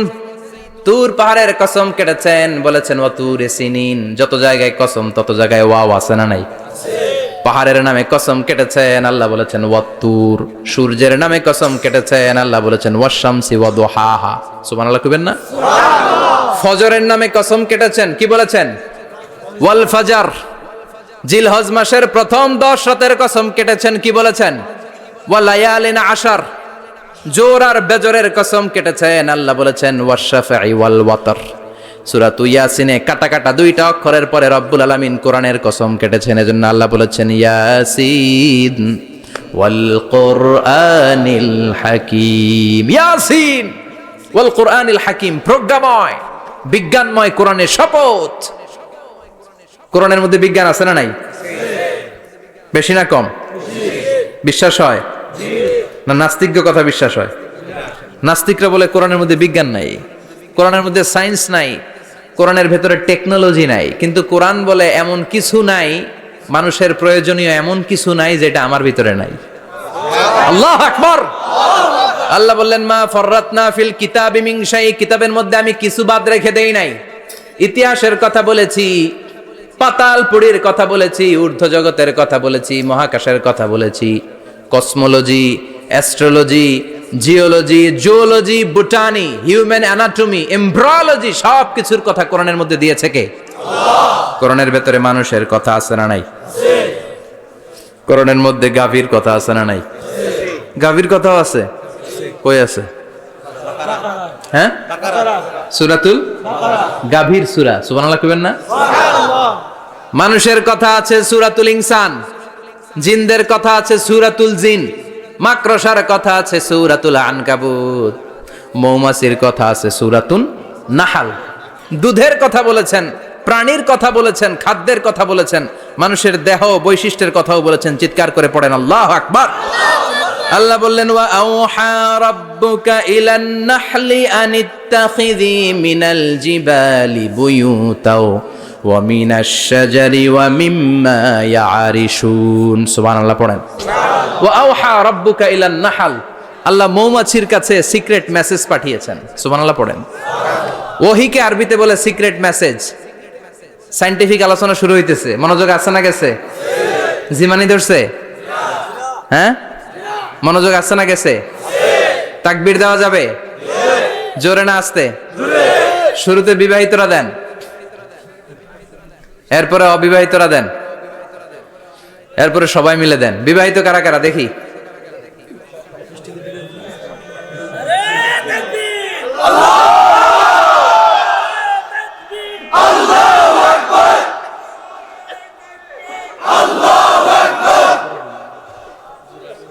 বিবাহিতরা অবিবাহিতরা দিবেন না? শুরুতে বিবাহিতরা দেন, তারপরে অবিবাহিতরা দেন, তারপরে সবাই মিলে দেন। বিবাহিতরা রেডি? দেখবো কাদের গলায় জোর বেশি। দেখি দেখি, বিবাহিতরা দেন। লিল্লাহি তাকবীর। মাশাআল্লাহ। এবার অবিবাহিতরা রেডি? আওয়াজ নাই, হেরে যাবে আজকে, হেরে যাবে। রেডি? তাকবীর দাও, লিল্লাহি তাকবীর।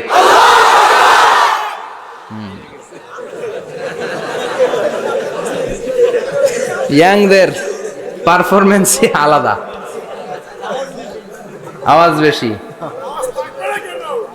এবার সবাই মিলে তিনটা, লিল্লাহি তাকবীর, লিল্লাহি তাকবীর, লিল্লাহি তাকবীর। আল্লাহ মৌমাছিকে ওহী করেছেন। কি করেছে? দেখেন, ওয়াল কোরআনিল হাকিম, আল্লাহ যে বললেন শেষ হবে না এই কথা। ওয়াল কোরআনিল হাকিম, বিজ্ঞানময় কোরআনের শপথ, প্রজ্ঞাময় কোরআনের শপথ। বিশ্বনবী বলেন লা তুহসা আজাইবুহু, কোরআনের আশ্চর্যান্বিতার কোনো শেষ নাই। ওয়ালা তাবলা গারাইবুহু, কোরআন কোনোদিন কারো কাছে পুরাতন মনে হয় না। ফিহি মাসাবিহুল হুদা, কোরআনের মধ্যে আছে হেদায়েতের মশাল।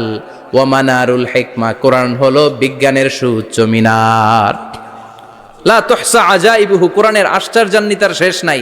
যতই পড়বেন আপনি আশ্চর্য হয়ে যাবেন, যতই স্টাডি করবেন, যতই অধ্যয়ন করবেন, আপনার চোখকে খুলে দিবে কে? আল্লাহ।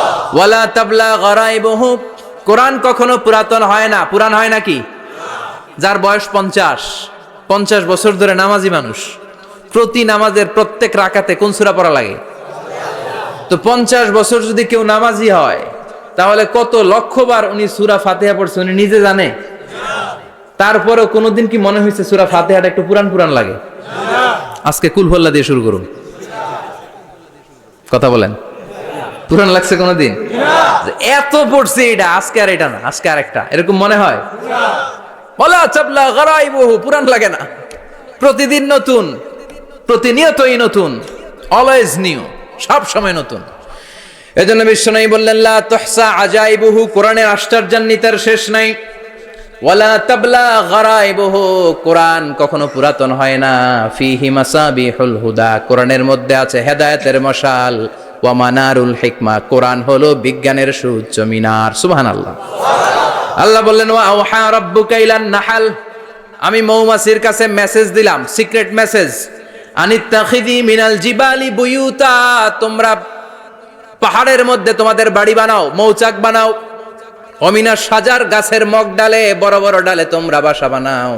ওয়ামিম্মা ইয়ারিশুন, উঁচু উঁচু জায়গায় মৌচাক বানাও, যাতে করে গ্রামের ছোট্ট ছেলেরা ঢিল মারতে না পারে। কোন সুবহানাল্লাহ। মৌমাছির আল্লাহ শিখাই দিছে। নিচু জায়গায় কোনোদিন মৌমাছির বাসা দেখবেন? নিচু জায়গায় সহজে নাগাল পাওয়া যায়, ধরা যায়। কথা কন। ডাল বেয়ে মগ ডালে ওঠা লাগে মধু খাইতে চাইলে। চিল্লায় বলেন ঠিক কিনা? আল্লাহ সিক্রেট মেসেজ দিলেন আর বললেন আনিত্তাখিযি। আলেম যারা আছেন বলেন তো, ইত্তাখিযি এটা কি মুজাক্কারের সিগা না মুয়ান্নাসের সিগা? কথা কইতে হবে। কেউ নাই এটার উত্তর দেওয়ার মতো। মুয়ান্নাস, মাশাআল্লাহ। এটা স্ত্রীবাচক শব্দ। আল্লাহ মৌমাছিকে যে মেসেজ করছে পুরুষ মৌমাছিরে কয় নাই, এটা নারী মৌমাছিরে কইছে। চিল্লা এখন সুবহানাল্লাহ। এখন গবেষণা করে দেখা গিয়েছে, কার্ল ভন ফ্রিচ একজন অস্ট্রিয়ান বিজ্ঞানী, উনি এটা নিয়ে গবেষণা করে 73 সালে 1973 নোবেল পেয়ে গেছে। এই আয়াতের উপর গবেষণা করে আল্লাহ কেমন করে সিক্রেট মেসেজ দিয়েছেন, কেমন করে মৌমাছি মৌচাকের বাসা বাঁধে, কেমন করে মধু আহরিত হয়, এটার উপর গবেষণা করে উনি একটা বই লিখেছেন, দ্য ডান্সিং বিজ। নেচে যাওয়া মৌমাছিগুলো, নাচতে নাচতে যেতে থাকা মৌমাছিগুলোর উপর একটা বই লিখে, দ্য ডান্সিং বিজ লিখে উনি নোবেল প্রাইজ পেয়েছেন এই মধুর উপরে। চিল্লায় পড়েন আল্লাহু আকবার। এখন কোরআনের আয়াত থেকে বোঝা গেল আনিত্তাখিযি মিনাল জিবালি বুয়ুতা, আল্লাহ নারী মৌমাছিকে বলেছেন মৌচাক বানাও, তোমাদের মধু রাখার জন্য বাসা বানাও। কার্ল ভন ফ্রিচ গবেষণা করে পেয়েছে মৌচাকের বাসা বানানো হয়, মধু আহরণ করা হয়। যেই মৌমাছিটা নেতৃত্ব দেয় এটা পুরুষ মৌমাছি নয়, এটা হলো মহিলা মৌমাছি। কোন সুবহানাল্লাহ। পুরো মৌচাকের মধ্যে মধু আহরণ, মধু নেওয়া, পুরো প্রসিডিউরটা সারার জন্য কোনো পুরুষ মৌমাছি লিডিং দেয় না, লিডিং দেয় একটা নারী মৌমাছি, স্ত্রী মৌমাছি। এজন্য ইত্তাখিয, ম্যাসকুলিন জেন্ডার ইউজ না করে আল্লাহ বলেছেন ইত্তাখিযি। নারী মৌমাছিকে আল্লাহ অ্যাড্রেস করে বলেছেন যাও মৌচাক বানাও আর এটার মধ্যে মধু আহরণ করো। চিল্লায় পড়েন আল্লাহু আকবার। আল্লাহ বললেন ইত্তাখিযি মিনাল জিবালি বুয়ুতা, পাহাড়ের মধ্যে ঘর বানাও। ওয়ামিনাস সাজার, গাছের বড় ডালের মধ্যে ঘর বানাও। ওয়ামিম্মা ইয়ারিশুন, উঁচু উঁচু জায়গায় ঘর বানাও। উনি গবেষণা পেয়েছেন এই মধুর মধ্যে অসাধারণ কিছু ন্যাচারাল অ্যান্টিসেপটিক আছে। কি আছে? Natural antiseptic. এটার নাম হচ্ছে প্রপিলিস।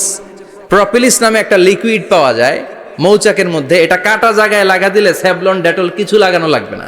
ওই প্রপিলিসের কারণে আপনার কাটা জায়গা এমনি শুকায় যাবে। সুবহানাল্লাহ পড়েন। দ্বিতীয় বিশ্বযুদ্ধে রাশিয়ান যত সৈনিকরা যুদ্ধে আহত হতো, ওরা আলাদা করে অ্যান্টিসেপটিক খাইতো না, ওরা মধু আইনা লাগাই দিত আর সুস্থ হয়ে যেত। সুবহানাল্লাহ পড়েন। নিউজিল্যান্ডের কিছু বিজ্ঞানীরা আবিষ্কার করেছে মৌমাছির হুলের ভিতরে রেমিটিক ফিভারের অ্যান্টিবায়োটিক আছে। অনেকের বাত জ্বর হয়, বাতের ব্যথা থাকে না? থাকে, মুরব্বীদের বেশি হয়। ওই জায়গার মধ্যে যদি আপনি মৌমাছি এনে ঢুকাই দিতে পারেন, মৌমাছির হুল লাগাই দিতে পারেন, ভালো হয়ে যাবে। মৌমাছি যখন হুল ফুটে আরাম লাগে না অনেক? খাইছেন? কামড় খাইছেন? হ্যাঁ, মজা লাগে। তো নিউজিল্যান্ডের এই গবেষকরা এরা আবিষ্কার করেছে যে মৌমাছি যদি হুল ফুটিয়ে দেয়, ওইখানে বাতের ব্যথা থাকলে, বেদনা থাকলে এটা ভালো হয়ে যাবে। আমি নিজে দেখেছি, বিবিসি একটা ডকুমেন্টারি। ইজিপশিয়ান একজন ফিজিশিয়ান, চিকিৎসক, উনি ওনার বাতের ব্যথায় আক্রান্ত যত রুগীরা আছে ওদের গায়ের মধ্যে মৌমাছি এনে এনে নিজে নিজে হুল ফুটায়। রুগী চিৎকার মারে, ও মাগো, ও আল্লাহ গো, কিন্তু একদিন পরে ব্যথা নাই, আর কয় ভালো হয়ে গেছে। সুবহানাল্লাহ কইবেন না? তো এজন্য এই কার্ল ভন ফ্রিচ 1973-তে দ্য ডান্সিং বিজ লেখে গোটা বিশ্বকে তাক লাগিয়ে দিয়েছে। তার গবেষণার প্রতিটি পয়েন্ট কোরআনের আয়াতের সাথে মিলে যায়। চিৎকার করে পড়েন আল্লাহু আকবার। এই যে আমরা মধু খাই, এই মৌচাকের ভেতরে অন এন অ্যাভারেজ অ্যারাউন্ড 60,000 মৌমাছি থাকে। 3 ভাগে, একটা হচ্ছে কুইন বি, একটা মেল বি, আর একটা হচ্ছে ওয়ার্কার বি। একটা থাকে রানী মৌমাছি, এর নেতৃত্বে সবাই চলে। আর একটা থাকে মেল বি, পুরুষ মৌমাছি, বংশ বাড়ানোর জন্য এদের কাজে লাগে। আর সব হচ্ছে ওয়ার্কার বি, সবাই কাজ করে। আল্লাহ বললেন সুম্মা কুলি মিন কুল্লি সামারাত ফাসলুকি সুবুলা রাব্বিকি যুলুলা।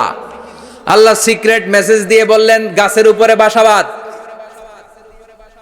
পাহাড়ের উপরে মৌচাকের বাসাবাদ, উঁচু উঁচু জায়গায় তোমরা তোমাদের বাসা বাঁধো। সুম্মা কুলি মিন কুল্লি সামারাত, এরপর এলাকার যত মিষ্টি মিষ্টি ফুল আছে, ফল আছে, ওখান থেকে রস নিয়ে আসো। সুবহানাল্লাহ। পুষ্প রস সংগ্রহ করে, মধুগুলো, এটার বলে sweet nectar. They collect the sweet nectar from the flowers.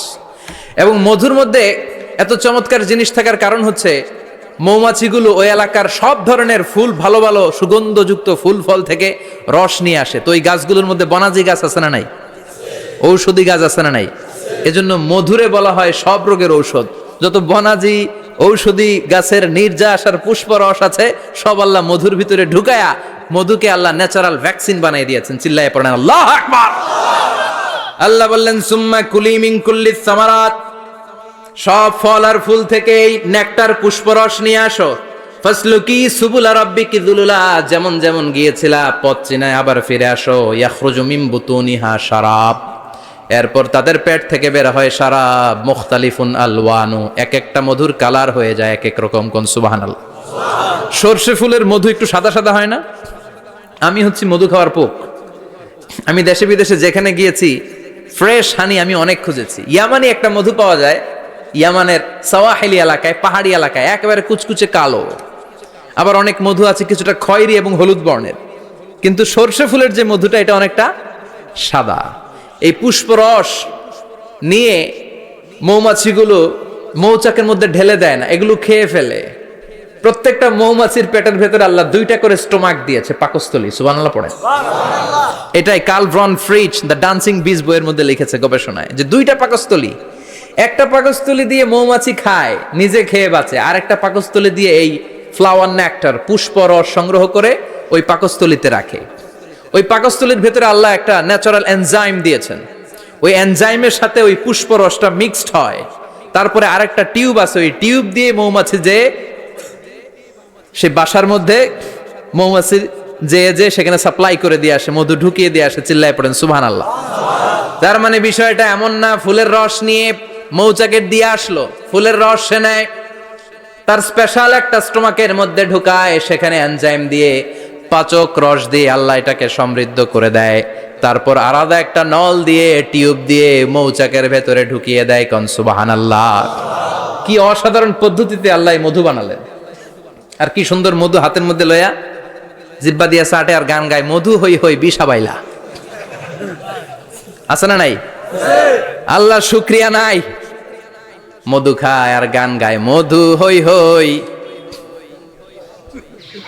বিষাবাইলা, অনহারনে ভালোবাসার দাম নদিলা। আছে না নাই? ডাকাইত। এই মধু খেয়ে শুকরিয়া করতে হবে কার? বসো, চিৎকার করে বলেন শুকরিয়া করতে হবে কার? আল্লাহ বললেন ইয়াখরুজু মিন বুতুনিহা,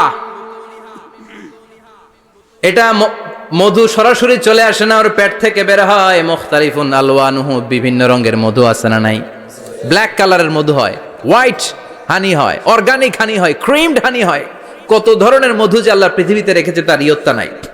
এরপর আল্লাহ বললেন ফিহি শিফাউন লিন্নাস, মধুর ভিতরে শিফা দিয়েছে কে? আল্লাহ। এজন্য বিশ্বনবীর খাদ্য তালিকার মধ্যে মধু আছে না নাই? বিশ্বনবী সুগন্ধযুক্ত ওয়ালা মধু খেতেন, দুর্গন্ধযুক্ত ওয়ালা কোনো মধু মুখে নিতেন না। সুবহানাল্লাহ। বিশ্বনবীর জামানায় মাগাফির নামে একটা মধু ছিল, দুর্গন্ধযুক্ত। এটা কখনো বিশ্বনবী মুখে নিতে চাইতেন না। সুগন্ধযুক্ত মধু সবসময় বিশ্বনবী খেতেন। বিশ্বনবীর স্ত্রীরা এই সুগন্ধিযুক্ত মধু বোতলের মধ্যে প্রিজার্ভ করে রাখতেন বিশ্বনবীকে দেওয়ার জন্য।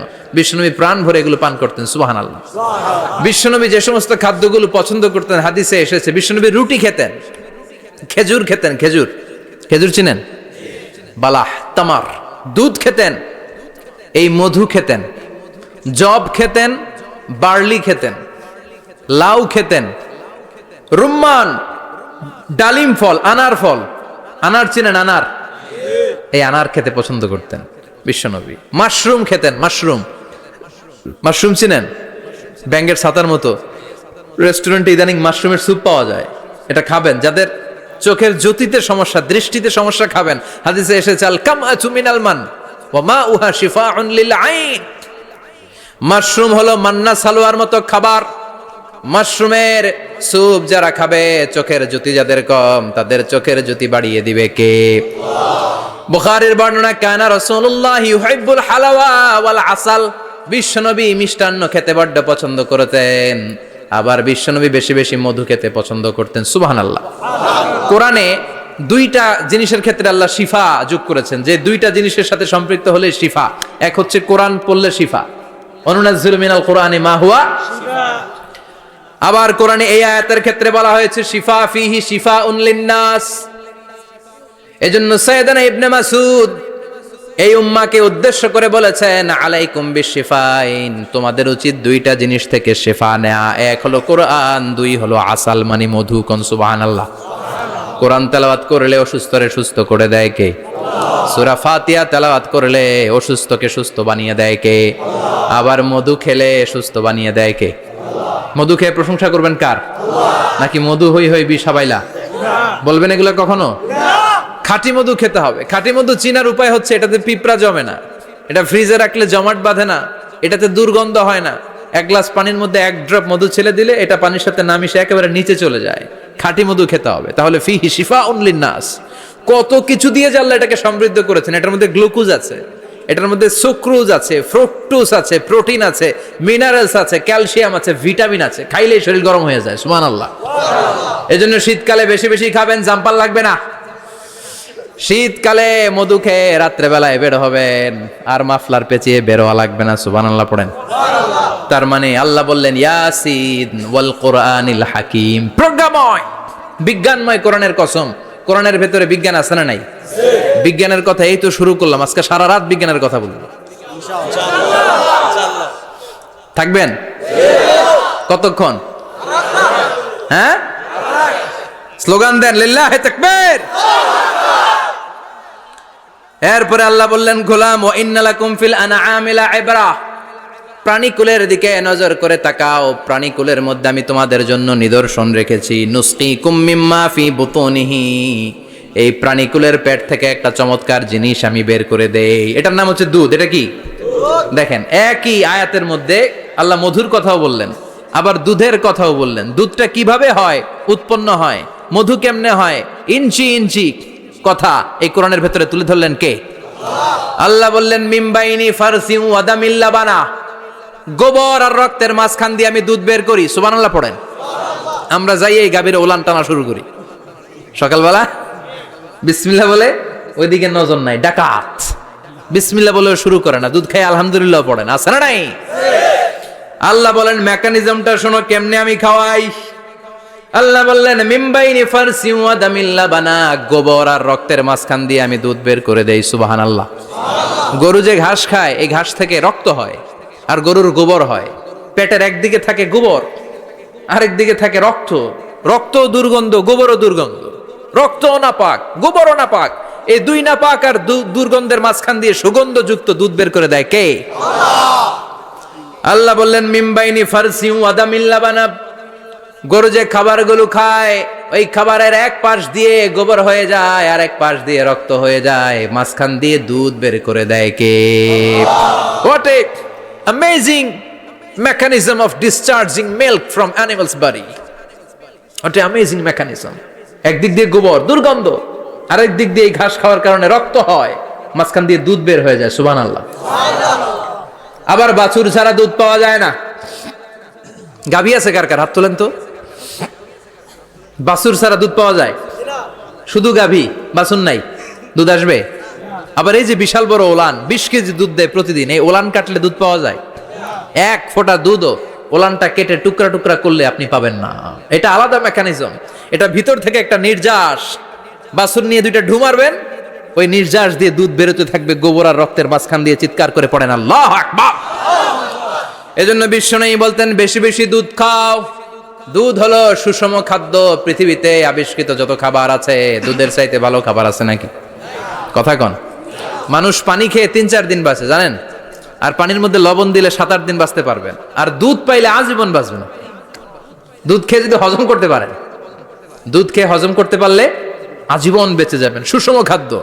বিশ্বনবী যে রাতে মেরাজে যাবেন, সিদরাতুল মুনতাহা পার হওয়ার পরে বিশ্বনবীর পরীক্ষা শুরু হলো। বিশ্বনবীকে বুখারীর বর্ণনা 3টা গ্লাস দেয়া হলো।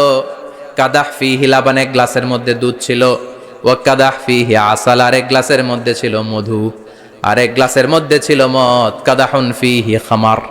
বিশ্বনবীকে 3টা গ্লাস দিয়ে বলা হলো, নবী চুজ করেন কোনটা নেবেন। এক গ্লাসে মধু, আর এক গ্লাসে দুধ, আর এক গ্লাসের মধ্যে বিশ্বনবীকে দেয়া হলো মদ। বিশ্বনবী বললেন যে এই গ্লাসের ভেতরে দুধ আছে, আমি ওই পেয়ালাটা নিলাম। সাইয়েদনা জিব্রাইল বললেন, ইয়া রাসূলুল্লাহ আখাস্তাল ফিতরা, আপনি যেমন নিছেন তেমন। সুবহানাল্লাহ কইবেন না? বিশ্বনবী দুধ খেতে পছন্দ করতেন, আর বিশ্বনবী বলতেন আলাইকুম বি আলবানিল বাকার, বেশি বেশি গরুর দুধ খাবা। ফাইন্নাহা তুরাম্মু মিনাল আশজার, কেননা এটা সবুজ লতা পাতা ঘাস পাতার নির্যাস। গরু কি খায়? ঘাস খায় না? এই ঘাসের নির্যাস হচ্ছে দুধ। বিশ্বনবী বলতেন বেশি বেশি দুধ খাবা। ফিহি শিফা, এর মধ্যে শিফা আছে। ফি লাবানিহা শিফা ওয়া লুহুমিহা দা, গরুর দুধে আছে শিফা, গরুর গোশতের মধ্যে আছে রোগ। সুবহানাল্লাহ কোন কত বড় ফিলোসোফার বিশ্বনবী। বিশ্বনবী বলে গিয়েছেন গরুর দুধ বেশি খাও, কিন্তু গোশত বেশি খাইও না। আর আমরা গরুর গোশত পাইলে কোপায় ফেলাই। সাদা ভাত আর ঝাল গরুর মাংস যদি হয়, ওই যে অনেকের জিহ্বায় পানি চলে আসছে। সুবহানাল্লাহ কইবেন না? বিশ্বনবী বলতেন দুধ খাও, গোশত খাইও কম। গরুর গোশত কম খাবা, গরুর দুধ বেশি খাবা, সুস্থ রাখবে কে? আল্লাহ। আবার বিশ্বনবী মায়েদেরকে বলেছেন, ও মায়েরা, সন্তান হওয়ার পরে 2 বছর দুধ খাওয়াবা। আল্লাহু আকবার। ওয়াল ওয়ালিদাতু ইউরদি'না আওলাদাহুন্না হাওলাইনি কামিলাইনি লিমান আরাদা আন ইউতিম্মার রাদা'a। সন্তান যারা পেয়েছো মায়েরা, বোনেরা, 2 বছর দুধ খাও, সন্তানকে সুস্থ রাখবে কে? আল্লাহ। বাচ্চা ডেলিভারির পরপরই আল্লাহ তাআলা মায়ের বুকে একটা দুধ দেয়, এটাকে বলে শাল দুধ। এটা হচ্ছে বাচ্চার জীবনের প্রথম প্রাকৃতিক টিকা। সুবহানাল্লাহ কয় না? সুবহানাল্লাহ। এটা বেবির জীবনে ন্যাচারাল প্রাকৃতিক টিকা, প্রতিষেধক আল্লাহ দিয়ে দিয়েছে। আপনার বাচ্চাকে টিকা দিন, স্লোগান আছে না? 5টা 7টা টিকা দেয়া লাগে। প্রথম টিকাটা আল্লাহ নিজেই ফ্রি দিয়ে দিছে। এটা শাল দুধের ভেতরে পাওয়া যায়। এজন্য বাচ্চাকে শাল দুধ খাওয়াতে হবে। তার ব্রেনের গ্রোথ হবে, সে শক্তিশালী হবে, সে দেশপ্রেমিক হবে, সে আল্লাহওয়ালা হবে। চিল্লা এখন ঠিক কিনা? যে মায়েরা বাচ্চারে দুধ খাওয়ায়, ওই বাচ্চারা মায়েরে ভালোবাসে বেশি। আর যেই মা গুলো বাচ্চারে দুধ না খাওয়ায় আর ডানু খাওয়ায়, আর কি কি আছে? হরলিক্স আর সিরালেক, কমপ্লেট। যারা এগুলো খাওয়াবে, ডানু খাওয়াবে, যারা ল্যাকটোজেন খাওয়ায়, যারা বুকের দুধ খাওয়াতে চায় না কোনো কারণ ছাড়া, 2 বছর বাচ্চারে দুধ দিতে চায় না, এই বাচ্চাগুলো বড় হলে ওই মারে বৃদ্ধাশ্রমে দিয়ে আসবে। কথা কন, কথা কন। এজন্য মায়েরা, বোনেরা, সন্তান হলেই তাকে বুকের দুধ দিয়ে আল্লাহর পক্ষ থেকে যে টিকাটা, এই টিকাটা পেটের ভেতরে ঢুকায় দিতে হবে। চিল্লা এখন ঠিক কিনা? এটা হচ্ছে ন্যাচারাল টিকা। এজন্য আল্লাহ বললেন ইয়াসিন ওয়াল কোরআনিল হাকিম। ইয়াসিন, বিজ্ঞানময় কোরআনের শপথ। কোরআনের মধ্যে বিজ্ঞান আছে না নাই? অভাব নাই। কয়টা শুনবেন? আল্লাহ কসমোলজির কথা বলেছে, অ্যাস্ট্রোলজি কথা। কসমোলজি হচ্ছে সৃষ্টি তত্ত্ব। কসমোলজি কি? সবাই বলেন কসমোলজি কি? আল্লাহ বললেন আওয়ালাম ইয়ারাল্লাযীনা কাফারু আন্নাস সামাওয়াতি ওয়াল আরদা কানাতা রাতকান ফাফাতাকনাহুমা। কাফেররা কি দেখে না মহাবিশ্বের সব কিছু একসাথে মিলে ঝিলে ছিল, বিশাল এক বিস্ফোরণের মাধ্যমে আমি মহাবিশ্ব তৈরি করেছি। সুবহানাল্লাহ। আদিতে, শুরুতে কিন্তু সব আকাশ, বাতাস, জমিন, চন্দ্র, সূর্য, নক্ষত্র, গ্রহ, নীহারিকা পুঞ্জ, গ্যালাক্সি, ব্ল্যাক হোল, সবকিছু মিলেমিশে একসাথে ছিল। এটার ঘনত্ব ছিল খুব বেশি। মহাবিশ্বের সবকিছু ছিল একটা বিন্দু। এটাকে বিজ্ঞানীরা নাম দিয়েছে দ্য সিঙ্গুলারিটি, মহা একত্ব। এরপর একটা প্রচন্ড বিস্ফোরণের মধ্য দিয়ে মহাবিশ্ব সৃষ্টি হয়েছে। এটার ওরা নাম দিয়েছে বিগ ব্যাং থিওরি। কি নাম? স্টিফেন হকিং মারা গেছে না গত বছর নাকি? হ্যাঁ, বছর খানিক আগে মারা গিয়েছে। সবচেয়ে বড় পদার্থবিজ্ঞানী ছিল। সে একটা বই লিখেছে, from the brief history of time, a brief history of time from big bang two black hole. সেখানে সে প্রমাণ করেছে কোরআনের এই আয়াত, কানাতা রাতকান, মহাবিশ্বের সবকিছু একটা বিন্দু ছিল, চাঁদ সূর্য গ্রহ তারা সব কি ছিল? কথা বলেন, সবাই বলেন। একটা মাত্র বিন্দু ছিল। আল্লাহ বলেন, don't the disbeliever observe that the heavens and earth were joined together, then I separated with a gigantic sound, explosion. সব একসাথে ছিল, চাঁদ তারা আকাশ নদী নালা সব একসাথে। তারপরে একটা বিকট বিস্ফোরণের মধ্য দিয়ে পৃথিবী হয়েছে, এ চাঁদ হয়েছে, চন্দ্র হয়েছে, সূর্য হয়েছে, মহাবিশ্বের সবকিছু এই মহাবিস্ফোরণের মধ্য দিয়ে হয়েছে। চিৎকার করে পড়েন আল্লাহু আকবার। এই যে ছোট্ট পৃথিবীতে আমরা বসে আছি, এই পৃথিবীর চেয়ে সূর্য 13 লক্ষ গুণ বড়। চিল্লায় পড়েন আল্লাহু আকবার। এটা কি বাড়ির কাছের কথা? 13 লক্ষ গুণ বড়, কল্পনা করা যায়? তার মানে কি সূর্যই সবচেয়ে বড়? না, সূর্যের চেয়ে অনেক বড় বড় তারা আছে। ব্যাটেল জিউস নামে একটা তারা আছে মহাকাশে, যেটা যে সূর্য পৃথিবীর চেয়ে 13 লক্ষ গুণ বড়। এই ব্যাটেল জিউস তারা সূর্যের চেয়ে 33 কোটি গুণ বড়। এই ব্যাটেল জিউস তারাটাই কি সবচেয়ে বড়? না, এর চেয়েও কত বড় তারা যা আছে কোনো হিসাব নাই। এরকম বিশাল বিশাল তারা ঘুরতে ঘুরতে মাওয়াকিউন নুজুম, ব্ল্যাক হোল নামে একটা রেঞ্জ আছে। এই রেঞ্জের মধ্যে যদি ঢুকে যায়, ছোট্ট বাচ্চার মুখে চকলেট দিলে বাচ্চা যেমনি চকলেট চুষে খেয়ে ফেলে, এই বিশাল বিশাল তারাগুলো ব্ল্যাক হোলের মধ্যে ঢুকলে এক মুহূর্তের মধ্যে নিঃশেষ হয়ে যায়। চিল্লায় পড়েন আল্লাহু আকবার। এজন্য আল্লাহ বললেন, ফালা উকসিমু বিমাওয়াকিউন নুজুম, এই তারকা নিঃশেষ হওয়ার যে জায়গাটা, এই জায়গার কসম আমি কোরআনের মধ্যে খেলাম। এই ব্ল্যাক হোলের রেঞ্জের ভেতরে তারা আসলে মুহূর্তের মধ্যে নিঃশেষ বানিয়ে দেয় কে? একটা তারার চেয়ে আরেকটা তারা বড়। এরকম হাজার কোটি তারা মিলে আমাদের গ্যালাক্সি। এই গ্যালাক্সির নাম হচ্ছে মিল্কি ওয়ে। কি নাম? আমাদের গ্যালাক্সির নাম কি? সবাই বলেন তো। Milky way. কি নাম? এরকম একটা গ্যালাক্সি না, লক্ষ কোটি গ্যালাক্সি আছে। আমাদের গ্যালাক্সির পরে সবচেয়ে কাছের গ্যালাক্সির নাম অ্যান্ড্রোমেডা। কি নাম? এই অ্যান্ড্রোমেডা গ্যালাক্সি আমাদের গ্যালাক্সি থেকে 2.5 মিলিয়ন লাইট ইয়ার দূরে, মানে 25 লক্ষ লাইট ইয়ার। সুবহানাল্লাহ কইবেন না? আলোর গতি হচ্ছে পৃথিবীতে সবচেয়ে বেশি বর্তমান সময় পর্যন্ত, জানেন? সেকেন্ডে কত মাইল? 1,86,000 মাইল। এক সেকেন্ডে আলো ছুটে 1,86,000 মাইল বেগে। এত বেগের কোন প্লেন বা রকেট নিয়ে যদি আপনি আমাদের গ্যালাক্সি থেকে মিল্কি ওয়ে থেকে অ্যান্ড্রোমেডাতে যেতে চান, তাহলে আপনার 25 লক্ষ বছর লেগে যাবে। সুবহানাল্লাহ বাড়িতে যায় বললেন। এরপর আল্লাহ বললেন, ওয়াস সামাআ বানাইনাহা বিআইদিন ওয়া ইন্না লামুসিউন, আকাশ আমি বানালাম, গ্যালাক্সি আমি বানালাম, বানানোর পর থেকে সবগুলোর আমি প্রশস্ত করতে শুরু করে দিলাম। সব ছিল ক্ষুদ্র, একটা বিন্দুর মধ্যে আমি বিস্ফোরণ করলাম একটা আওয়াজ দিয়ে। আওয়াজটা ছিল কুন। আওয়াজটা ছিল কি? জোরে কোন, আবার কোন। কুন ফায়া ইন্নামা আমরুহু ইযা আরাদা শাইআন আন ইয়াকুলা লাহু কুন ফায়াকুন। আল্লাহ যখন কিছু করতে চান শুধু বলেন কুন, শুধু বলেন বি। কুন মানে বি, ইট ওয়াজ, এটা হয়ে যায়। হাও বলতে দেরি। এই মহাবিস্ফোরণের নেপথ্যে যে শব্দটা ছিল সেটা ছিল কুন। সেটা ছিল কি? আল্লাহ কুন বলতে দেরি, মুহূর্তের মধ্যে বিগ ব্যাং, বিশাল এক্সপ্লোশন, তারপর থেকে মহাবিশ্ব ছড়াচ্ছে। আল্লাহ বলছেন এই কোরআনের ভেতরে বলে দিয়েছেন, ওয়া ইন্না লামুসিউন, আমি এই মহাবিশ্বকে, এই গোটা ইউনিভার্সকে আমি প্রতিনিয়ত সম্প্রসারিত করছি। প্রতিনিয়ত এটা বড় হচ্ছে, সম্প্রসারিত হচ্ছে। চিল্লায় বলেন আল্লাহু আকবার। আজ থেকে মাত্র 20 বছর আগে এটা তারা আবিষ্কার করেছে। এটা কোন সাল? 2000। 20 বছর পেছনে গেলে কত? 1998, তাই না? এই 1998 সালে তারা আবিষ্কার করেছে সুপারনোভা কসমোলজি প্রজেক্ট। এই সুপারনোভা কসমোলজি প্রজেক্টে তারা এই সিদ্ধান্তে এসেছে যে মহাবিশ্ব কোন নামক এক বিস্ফোরণের পর থেকে যে সম্প্রসারিত হচ্ছে, আজ পর্যন্ত এটা শুধু বাড়ছে আর বাড়ছে, অ্যাক্সেলারেটিং হচ্ছে, এক্সপান্ডিং হচ্ছে, এটা কমছে না। কিয়ামত পর্যন্ত এটা বাড়তেই থাকবে। চিৎকার করে পড়েন আল্লাহু আকবার। এজন্য আল্লাহ বললেন, ইয়াসিন ওয়াল কোরআনিল হাকিম, বিজ্ঞানময় প্রজ্ঞাময় কোরআনের শপথ। এই কোরআনের ভেতরে আমি কসমোলজির কথা বলেছি, অ্যাস্ট্রোলজির কথা বলেছি, জিওলজির কথা বলেছি, ফিজিক্সের কথাও বলেছি। সুবহানাল্লাহ। ফিজিক্স মানে কি? পদার্থ। পদার্থের সবচেয়ে বড় উপাদান হচ্ছে লোহা। লোহার কথা কিন্তু কোরআনে নাই। আছে? কই আছে?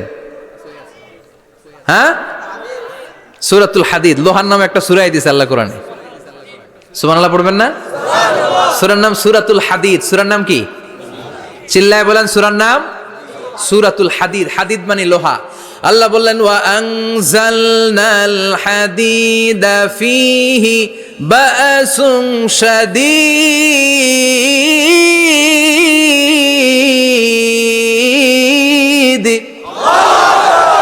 ওয়া আনজালনাল হাদিদ ফীহি বা'সুন শাদীদ, আমি লোহা নাজিল করলাম আর লোহার ভেতরে আমি ভয়ঙ্কর শক্তি ঢুকাইয়া দিলাম। সুবহানাল্লাহ। ফিহি মানাফিউ লিন-নাস, লোহার ভেতরে মানুষের জন্য অনেক কল্যাণ আছে। সুবহানাল্লাহ। লোহা ছাড়া পৃথিবীতে কিছু হয়? আংটি বানাতে লোহার দরকার আছে না নাই? ঘড়ি বানাতে, গাড়ি বানাতে, বাড়ি বানাতে, মোবাইল বানাতে, হেলিকপ্টার, প্লেন, রকেট, মাইকের স্ট্যান্ড। সুবহানাল্লাহ কোন? এমন কোন জিনিস নাই যেটার মধ্যে লোহা লাগে না। এজন্য আল্লাহ বললেন এই লোহার নামে আমি একটা সূরা ডেডিকেট করলাম, ওয়া আনজালনাল হাদিদ ফিহি বা'সুন শাদীদ। আমি লোহাকে নাজিল করেছি। আল্লাহ বলেছেন, খেয়াল করে শব্দটা শুনেন, ওয়া আনজালনাল হাদিদ, আমি লোহাকে উপর থেকে নাজিল করেছি। কি করেছি? কথা বলেন। তার মানে লোহা পৃথিবীতে ছিল না, নাজিল করছে কে? আল্লাহ। লোহা পৃথিবীতে ছিল? পৃথিবীতে ছিল? পৃথিবীতে থাকলে নাজিল করবেন কেন? এই যে কোরআনটা পৃথিবীতে আগে ছিল, নাজিল করছে কে? আল্লাহ। কোন ফেরেশতাকে দিয়ে? সাইয়েদনা জিবরাইল। কোন নবীর উপর? বিশ্বনবী মুহাম্মদুর রাসূলুল্লাহ। আল্লাহু আকবার। তার মানে ওহি পৃথিবীতে ছিল না, আল্লাহ উপর থেকে নাজিল করেছেন। নুজুল মানে উপর থেকে নিচের দিকে আসা। এই নুজুল শব্দ ব্যবহার করে আল্লাহ বললেন ওয়া আনজালনাল হাদিদ, লোহাকে আমি নাজিল করেছি। তার মানে লোহা পৃথিবীর উপাদান নয়, লোহা এসেছে উপর থেকে। কোন সুবহানাল্লাহ। বিজ্ঞানীরা, পদার্থবিদ যারা গবেষণা করে এটাই পেয়েছেন, লোহা আসলে পৃথিবীর না। লোহা পৃথিবীতে উৎপাদন করা হয় নাই। লোহার যে মলিকিউল, অণু আছে, লোহার একটা অণু তৈরি করার মতো ক্ষমতা পৃথিবীর নাই। ইভেন এই সৌরজগতের কোনো কিছুর নাই। সূর্যের তাপেও লোহা তৈরি হতে পারে। লোহার ছোট্ট একটা অণু তৈরি করতে কমপক্ষে 1 কোটি ডিগ্রি সেলসিয়াস তাপের প্রয়োজন হয়। তার মানে এটা পৃথিবীর কোনো উপাদান নয়, এটা আনজালনাল হাদিদ। আল্লাহ বলেন মহাবিস্ফোরণের কারণে গলিত অন্য কোনো তারার ভেতর থেকে লোহার উপাদান আমি পৃথিবীর ভেতরে এনে ঢুকিয়ে দিয়েছি। তার মানে পদার্থের কথা কোরআনে আছে না নাই? সুবহানাল্লাহ কইবেন না? এরপরে বায়োলজির কথা আছে না নাই? বায়োলজিক্যাল অ্যাসপেক্ট অফ মাউন্টেন্স, কেমন করে পাহাড়ি রেঞ্জ তৈরি হলো, আছে না নাই? ওয়াজআলনাল জিবালা আওতাদা, পাহাড়কে আমি পেরেক মেরে দিয়েছি। ওমিয়া কাঠের ভেতরে যখন পেরেক মারেন, পেরেকের বেশিরভাগ অংশ কাঠের ভেতরে ঢুকে যায়, উপরে দেখা যায় সামান্য, ঠিক কিনা? তো লোহা যদি আল্লাহ পেরেক মারেন, উপরে যা দেখা যায় এটা সামান্য, আসল পাহাড় তো মাটির নিচে। সুবহানাল্লাহ কইবেন না? আসল পাহাড় কোথায়? পেরেক যদি কাঠের মধ্যে ঢুকিয়ে দেন, পুরো পেরেকটা কাঠে ঢুকে যায় না? উপরে দেখা যায় কদ্দুর? সামান্য। পাহাড়ের যা আপনি দেখেন এটা তো পেরেকের মাথা। পুরো পাহাড়টা আল্লাহ জামিনের ভেতরে গেড়ে দিয়েছেন। চিল্লায় পড়েন আল্লাহু আকবার। আবার আল্লাহ বললেন অমিনাল জিবালি জুদাদুম বিদু ওয়া হুমরুম মুখতালিফুন আলওয়ানু, আছে না নাই? ওয়া গারাবিবু সুদ, আল্লাহ বলেন নানা রঙের পাহাড় পর্বত মহাবিশ্বে আমি তৈরি করেছি। কোন পাহাড় হচ্ছে রক্তিম বর্ণের, কোন পাহাড়কে বানিয়েছি আমি কৃষ্ণ বর্ণের, কোন পাহাড়কে বানিয়েছি আমি শুভ্র বর্ণের, কোন পাহাড়ের রং কালো, কোনটা সাদা, কোনটা নীল, আছে না নাই? মহাবিশ্ব যখন তৈরি হয়েছে, পৃথিবীর মধ্যে 7টা টেকটনিক প্লেট তৈরি হয়েছে। 7 tectonic plates create the mountain range on earth. পৃথিবীতে এই পাহাড় তৈরির কারণ হচ্ছে 7টা প্লেট। এগুলোর 7 টেকটনিক প্লেট বলে। এই প্লেটগুলোর কারণে পৃথিবীতে এই রং বেরঙের পাহাড় তৈরি হয়েছে। কত রঙের যে পাহাড় আছে। আরব বিশ্বে পাথরের পাহাড়, বাংলাদেশে মাটির পাহাড়, ব্রুনাই, সিঙ্গাপুর, ইন্দোনেশিয়াতে যদি যান আরেক ধরনের পাহাড়। চায়নার একটা শহর আছে গানজু সিটি, কি নাম? এই গানজু সিটিতে একটা পাহাড় আছে রেইনবো মাউন্টেন। ওখানে 7 রঙের পাহাড় পাওয়া যায় এক জায়গায়। সুবহানাল্লাহ কইবেন না? রেইনবো মানে কি? রংধনু। রংধনুর কয় রং? কথা কন। ছোটবেলা আমরা মুখস্থ রাখতাম বেনিয়া সহকলা। তে বেগুনি, নিতে নীল, হাতে আসমানি, শতে সাদা, হতে হলুদ, কতে কালো, লাতে লাল। সুবহানাল্লাহ নাই? মনে রাখার কি অসাধারণ পদ্ধতি। তো এই রেইনবো মাউন্টেন, রংধনুর 7 রঙের পাহাড় এক জায়গায় পাওয়া যায়। এখানে সাদা পাহাড়, এখানে সবুজ পাহাড়, এখানে নীল পাহাড়, ওখানে লাল পাহাড়, এখানে কালো পাহাড়। এই চায়নার গানজু সিটিতে আল্লাহ তাআলা 7 রঙের পাহাড় এক জায়গায় রেখেছেন। চিৎকার করে বলেন আল্লাহু আকবার। তার মানে বায়োলজির কথাও কোরআনের ভেতরে আছে না নাই? এরপর আল্লাহ বললেন কেমন করে আকাশ থেকে আমি পানি নাজিল করে, এটাও কোরআনে আছে না নাই? আমরা ছোটবেলা পড়েছি ওয়াটার সাইকেল, হাইড্রোলজিক্যাল সাইকেল, কেমন করে সূর্যের তীব্র তাপ সাগর থেকে পানিকে জলীয় বাষ্প করে উপসে নেয়, উপরে নিয়ে সেটাকে পুঞ্জীভূত করে দেয়, ঘনীভূত করে দেয়, মেঘ হয়ে যায়, সেখান থেকে ঝিরি ঝিরি ঝিরি ঝিরি বৃষ্টি পড়ে, আছে না নাই? আর ওই বৃষ্টির গান আমরা গাই, এই বৃষ্টি ভেজা রাতে তুমি চলে যেও না। ওই বৃষ্টি পেয়ে আল্লাহর কাছে দোয়া করে না? বিশ্বনবী বলেন রহমতের বৃষ্টির নিচে দাঁড়িয়ে কেউ যদি হাত তুলে দোয়া করে, ওই দোয়া কবুল করে কে? আল্লাহ।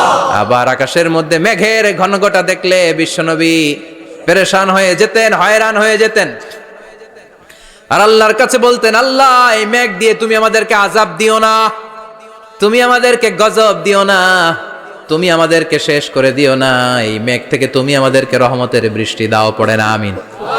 বৃষ্টি দেখলে বিষ্ণু বলতেন আল্লাহুম্মা সাইয়িবান নাফিআ, ইয়া গাউসু আগিসনা গাউসান মুগীসান মারিআন মারিআন নাফিআন গায়রা দার আজিলান গায়রা আজিল। হে আল্লাহ এই বৃষ্টি থেকে তুমি ঠান্ডা রহমতের পানি দাও। কি দাও? আল্লাহ মেঘে দে পানি দে, ছায়া দে রে তুহু, আল্লাহ মেঘে দে। পড়েন পড়েন, আল্লাহ মেঘে দে পানি দে, ছায়া দে রে তুহু, আল্লাহ মেঘে দে। এই ওয়াটার সাইকেলের কথা আল্লাহ বলেছেন। আলম তারা আন্নাল্লাহ ইউসজি সাহাবান, কাফের নাস্তিক যেগুলো সমাজের আবর্জনা খড়কুটা, ওরা কি দেখে না কেমন করে আমি বাতাসকে জলীয় বাষ্প করে আকাশে তুলি, বায়ুমণ্ডলে নিয়ে যাই, সুম্মা ইউআল্লিফু বাইনাহুম, জলীয় বাষ্পগুলারে তখন আমি ঘনীভূত করি, সুম্মা ইয়াজআলুহু রুকামান, এরপরে আমি মেঘে পরিণত করি, ফাতারাল ওয়াদকা ইয়াখরুজু মিন খিলালিহি, তারপর মেঘের ভেতরে থেকে ঝিরি ঝিরি ঝিরি ঝিরি বৃষ্টি নাজিল করে কে?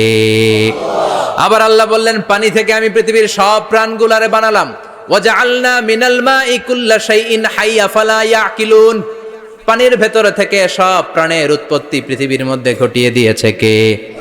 বিজ্ঞানীরা স্বীকার করেছে পৃথিবীতে যত প্রাণ পাওয়া যায়, যত প্রাণের ব্লুপ্রিন্ট পাওয়া যায়, সব এসেছে পানি থেকে। চিৎকার করে বলেন কোত্থেকে? পানি নাই তো প্রাণ নাই, পানিও আছে প্রাণও আছে। কোন সুবহানাল্লাহ। বিজ্ঞানীদের ধারণা, তারা ধারণা করে বলেছে পৃথিবীর প্রথম প্রাণের নাম হচ্ছে অ্যামিবা। কি নাম? ওরা বলেছে এটা এককোষী জীব, it's a very small unicellular organism found ever in the world. পৃথিবীতে পাওয়া প্রথম এককোষী প্রাণীর নাম হচ্ছে অ্যামিবা। এটা এসেছে শৈবালের মতো, এরপরে জুপ্লাংটন, ফাইটোপ্লাংটন, ব্যাকটেরিও প্লাংটন, একটার পর একটা স্পিসিজ প্রজাতি পৃথিবীতে ডেভেলপ করেছে। কোন সুবহানাল্লাহ। এই পানির কথা কোরআনের ভেতরে বলে দিল কে? এজন্য আল্লাহ বললেন ওয়াল কোরআনিল হাকিম, বিজ্ঞানময় কোরআনের শপথ।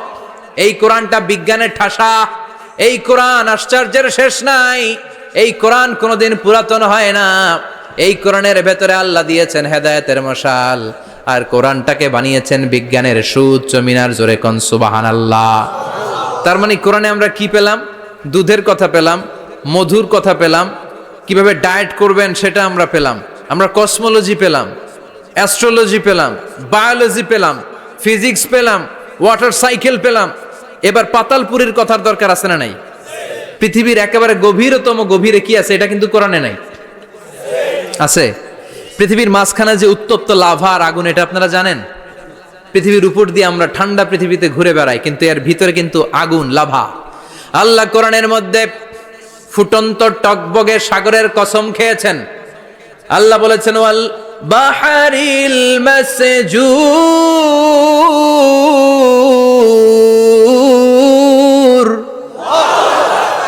আমি কোরআনের ভেতরে ফুটন্ত টকবগে সাগরের পানির কসম খেলাম। পড়েন সুবহানাল্লাহ। সাগরের পানির, ফুটন্ত টকবগে সাগরের পানির কসম।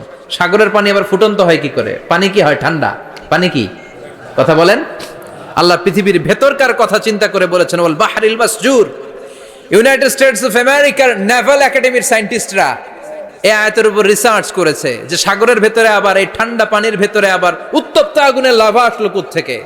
রিসার্চ করার জন্য তারা সাগরের ভেতরে পাইপ ঢুকিয়েছে। পাইপ ঢুকাতে ঢুকাতে অনেকগুলো লেয়ার তারা পার করেছে। রূপান্তর শিলার স্তর, পাললিক শিলার স্তর, আগ্নেয়গিরির শিলার স্তর, মার্বেল পাথরের অনেকগুলো শিলার স্তর পেরিয়ে যাওয়ার পরে তারা পাইপ ঢুকানোর পরে দেখতে পেয়েছে পাইপগুলো গলে যায়। পাইপগুলো কি হয়? তার মানে ভিতরে কি আছে? গত কয়েক মাস আগে জাপানে কিছু জিওলজিস্ট, ভূতত্ত্ববিদ, তারা গবেষণা করে পৃথিবীর এক মাথা থেকে আরেক মাথায় যেতে চাচ্ছে, মানে প্রতিপাদ স্থান। বাংলাদেশের এখান থেকে ছিদ্র করলে আপনি দক্ষিণ আমেরিকার চিলির সান্টিয়াগোতে যেয়ে উঠবেন। কথা বুঝতে পেরেছেন? তার মানে বাংলাদেশের প্রতিপাদ স্থান হচ্ছে দক্ষিণ সাউথ আমেরিকার চিলির সান্টিয়াগো। আবার ইন্ডিয়া থেকে ছিদ্র করতে করতে পৃথিবীর আরেক মাথা দিয়ে উঠবেন। সুবহানাল্লাহ বলেন। এটা তারা শুরু করেছে, কিন্তু এখনো সফল হয় নাই। ইউএস এর নেভাল একাডেমির সায়েন্টিস্টরা পাইপ ঢুকাতে ঢুকাতে দেখে একটা পর্যায় শেষে পাইপ আর ঢুকানো যায় না, পাইপগুলো পৃথিবীর ভেতরে যেতে যেতে গলে গলে পানি হয়ে যায়। সুবহানাল্লাহ কইবেন না? এই রিসার্চ প্রজেক্টের যিনি চিফ, উনি বললেন, bring the water proof pipe from America. America থেকে ওয়াটার প্রুফ পাইপ নিয়ে আস। আমার এমন পাইপ লাগবে গবেষণা করার জন্য যে পাইপ আগুনে জ্বলে না। ওয়াটার প্রুফের মধ্যে আগুন লাগালে আগুন ধরবে? বুলেট প্রুফে বুলেট মারলে বুলেট ঢুকবে? মাননীয় প্রধানমন্ত্রী শেখ হাসিনা যে গাড়িতে করে চড়ে, এটা বুলেট প্রুফ কার? গুলি মারলে ঢুকবে? আবার গুলি মারতে যায় না, 14 গোষ্ঠী উদ্ধার করে ছাড়বে আপনার, খবরদার। তো আমেরিকা থেকে ফায়ার প্রুফের পাইপ নিয়ে আসা হলো। নেভাল একাডেমির চিফ সায়েন্টিস্ট পাইপ ঢুকাতে আরম্ভ করলেন। ঢুকাতে ঢুকাতে পৃথিবীতে কিন্তু অনেকগুলো স্তর আছে। এই যে বালু মাটি, সব কিন্তু বালু মাটি নয়।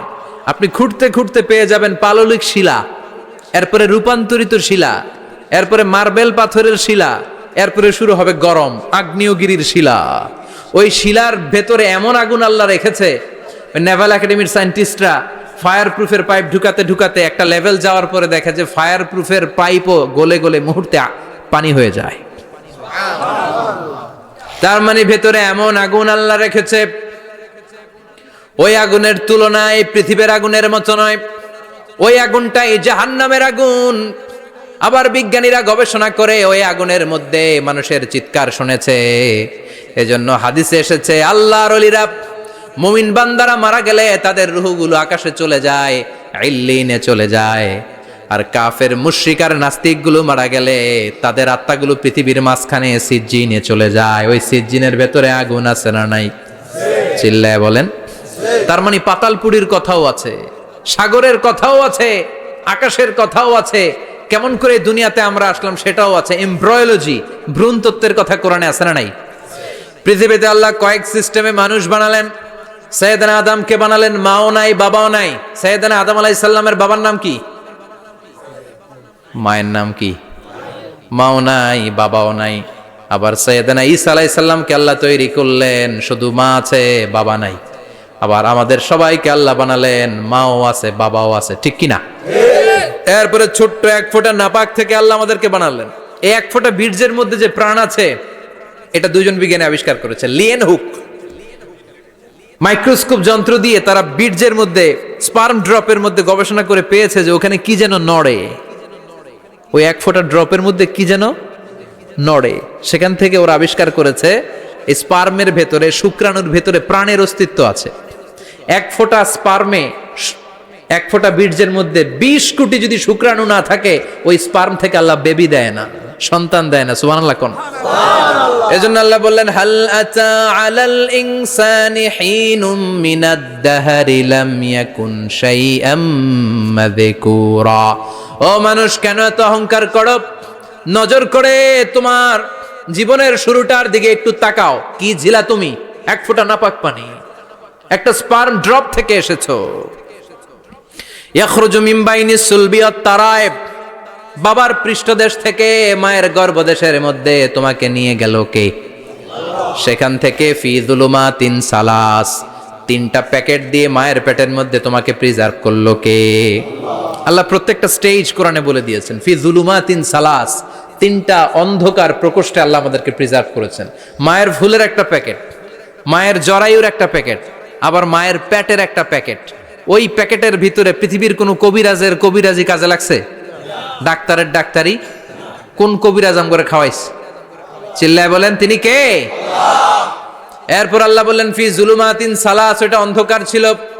যেই টেম্পারেচারে রাখলে তুমি সুস্থ থাকবা, যেই টেম্পারেচারে রাখলে তুমি আস্তে আস্তে বড় হতে পারবা, সেখানে আমি রাখলাম। সেখান থেকে আমরা হয়ে গেলাম জিমেট, সেখান থেকে জাইগট, তারপরে ইমব্রয়ো, তারপরে ফেইটাস, ল্যাটার স্টেজ।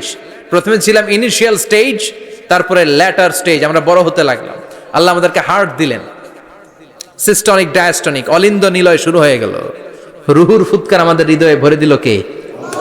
আল্লাহ আমাদেরকে স্কেলিটন দিলেন, কঙ্কাল, স্পাইনাল কর্ড দিলেন, আমাদের স্কাল দিলেন, মাথার খুলি দিলেন, লাঞ্চ দিলেন, ফুসফুস দিলেন, গল ব্লাডার দিলেন, যেখানে যেটা ঠিক যেমন ভাবে দেয়া দরকার মায়ের পেটে থাকতেই সেটা দিয়ে দিয়েছে কে? আল্লাহ। এরপর 8 মাস আমরা মায়ের পেটে মারে কষ্ট দিলাম। ওই মুহূর্তে আমার মা আমার জন্য যতটা কষ্ট করেছে পৃথিবীর কেউ ওই খবর রাখে না। জোরে কোন ঠিক কিনা? বোঝা হয়ে গিয়েছিলাম, একটা বস্তা। আমরা প্রত্যেকে মায়ের পেটে ছিলাম একটা কি? এই বস্তা নিয়ে আমার মা খেতে যেত, ঘুমাতে যেত, এই বস্তাটা পেটে করে আমার মা রান্নাঘরে রান্না করত, একদিনও রান্না বন্ধ হয় নাই। এই বস্তাটা নিয়ে আমার মা টয়লেটে যেয়ে বসতে পারতো না। 8 মাস এরকম কষ্ট করেছে। এজন্য মায়ের মনে কষ্ট দিলে আল্লাহর আরশ কেঁপে যায়। মায়ের কাছ থেকে দোয়া নেওয়ার দরকার আছে না নাই? মায়ের মনে কষ্ট দিবেন? মায়ের সাথে বেয়াদবি করবা কেউ? মায়ের থেকে দোয়া নেওয়ার দরকার আছে না নাই? মা যার নাই সে জানে মা না থাকার কি জ্বালা। চিল্লা এখন ঠিক কিনা? যখন রাত্রি নিঝুম, এই চোখে ঘুম, একলা শূন্য ঘরে, তোমায় মনে পড়ে মাগো, তোমায় মনে পড়ে। যখন রাত্রি নিঝুম, এই চোখে ঘুম, একলা শূন্য ঘরে, তোমায় মনে পড়ে মাগো, তোমায় মনে পড়ে। ঠিক কিনা? এজন্য এই মায়ের জন্য দোয়া করার দরকার আছে না নাই? আল্লাহ বললেন 8 মাস 9 মাস মায়ের পেটের ভেতরে ছিলা, তারপরে দুনিয়ার বুকে তোমারে আনলো কে? ছোট্ট নাপাক ছিলাম, এই ছোট্ট এক ফোঁটা পানি থেকে আমাদেরকে বড় করছে কে? আল্লাহ। তার মানে এমব্রয়োলজি, ভ্রূণ তত্ত্বের কথা কোরআনের ভেতরে আছে না নাই? সে আল্লাহ বললেন ইয়াসিন ওয়াল কোরআনিল হাকীম ইন্নাকা লামিনাল মুরসালিন আলা সিরাতিম মুস্তাকিম। সুবহানাল্লাহ পড়েন। আল্লাহ বললেন ইয়াসিন, এরপরে বললেন আল কোরআনিল হাকীম, প্রজ্ঞাময় কোরআনের শপথ। বিশাল একটা শপথ কেটে আল্লাহ বললেন ইন্নাকা লামিনাল মুরসালিন আলা সিরাতিম মুস্তাকিম। ইন্নাকা লামিনাল মুরসালিন, অবশ্যই অবশ্যই নবী হে আপনি রাসূলদের অন্তর্ভুক্ত। চিল্লা এখন সুবহানাল্লাহ। তিনি যে রাসূল এটার সার্টিফিকেট এই আয়াতে দিয়েছে কে? এরপর আল্লাহ বললেন আলা সিরাতিম মুস্তাকিম, ও নবী আপনি সিরাতুল মুস্তাকিমের উপর আছেন। যেই দোয়াটা প্রতিটা নামাজের মধ্যে প্রতিদিন প্রত্যেক রাকাতে সূরা ফাতিহাতে আমরা পড়ি, ইহদিনাস সিরাতাল মুস্তাকিম। O Allah, show us the right path, show us the correct path. আপনি আমাদেরকে সোজা পথ দেখান। আল্লাহ এখানে সার্টিফিকেট দিলেন, নবী গো, লক্ষাধিক পয়গম্বর যে আমি পেয়েছি তাদের শ্রেষ্ঠতম রাসূল করে আমি আপনাকে প্রেরণ করেছি, আর হেদায়েতের সুউচ্চ মশাল দিয়ে আমি আপনাকে সিরাতুল মুস্তাকিমের উপর রেখেছি। চিল্লায় পড়েন আল্লাহু আকবার। এই জন্য বিজ্ঞানময় কোরআনের সাথে নিজেদের সম্পর্ক বাড়ানোর দরকার আছে না নাই? কোরআন পড়লে দুনিয়া এবং আখিরাতে মর্যাদা বাড়ায় দিবে কে? কোরআনের আইন দিয়ে সমাজটারে সাজানোর দরকার আছে না নাই?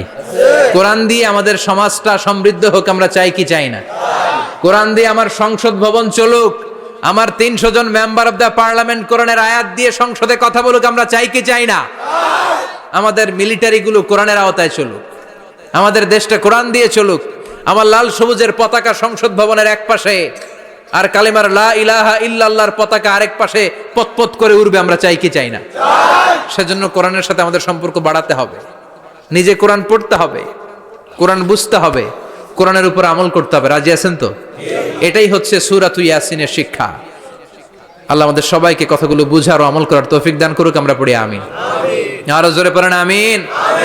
যতগুলো কথা বললাম কোরআন থেকে আলোকিত করার জন্য আল্লাহ তাআলা যে মেসেজগুলো আমাদেরকে কোরআনের ভেতরে দিয়েছে, এই মেসেজ থেকে আমরা যেন নিজেদেরকে, সমাজকে আলোকিত করতে পারি। আল্লাহ তুমি তৌফিক দাও। আরো জোরে পড়েন আমিন।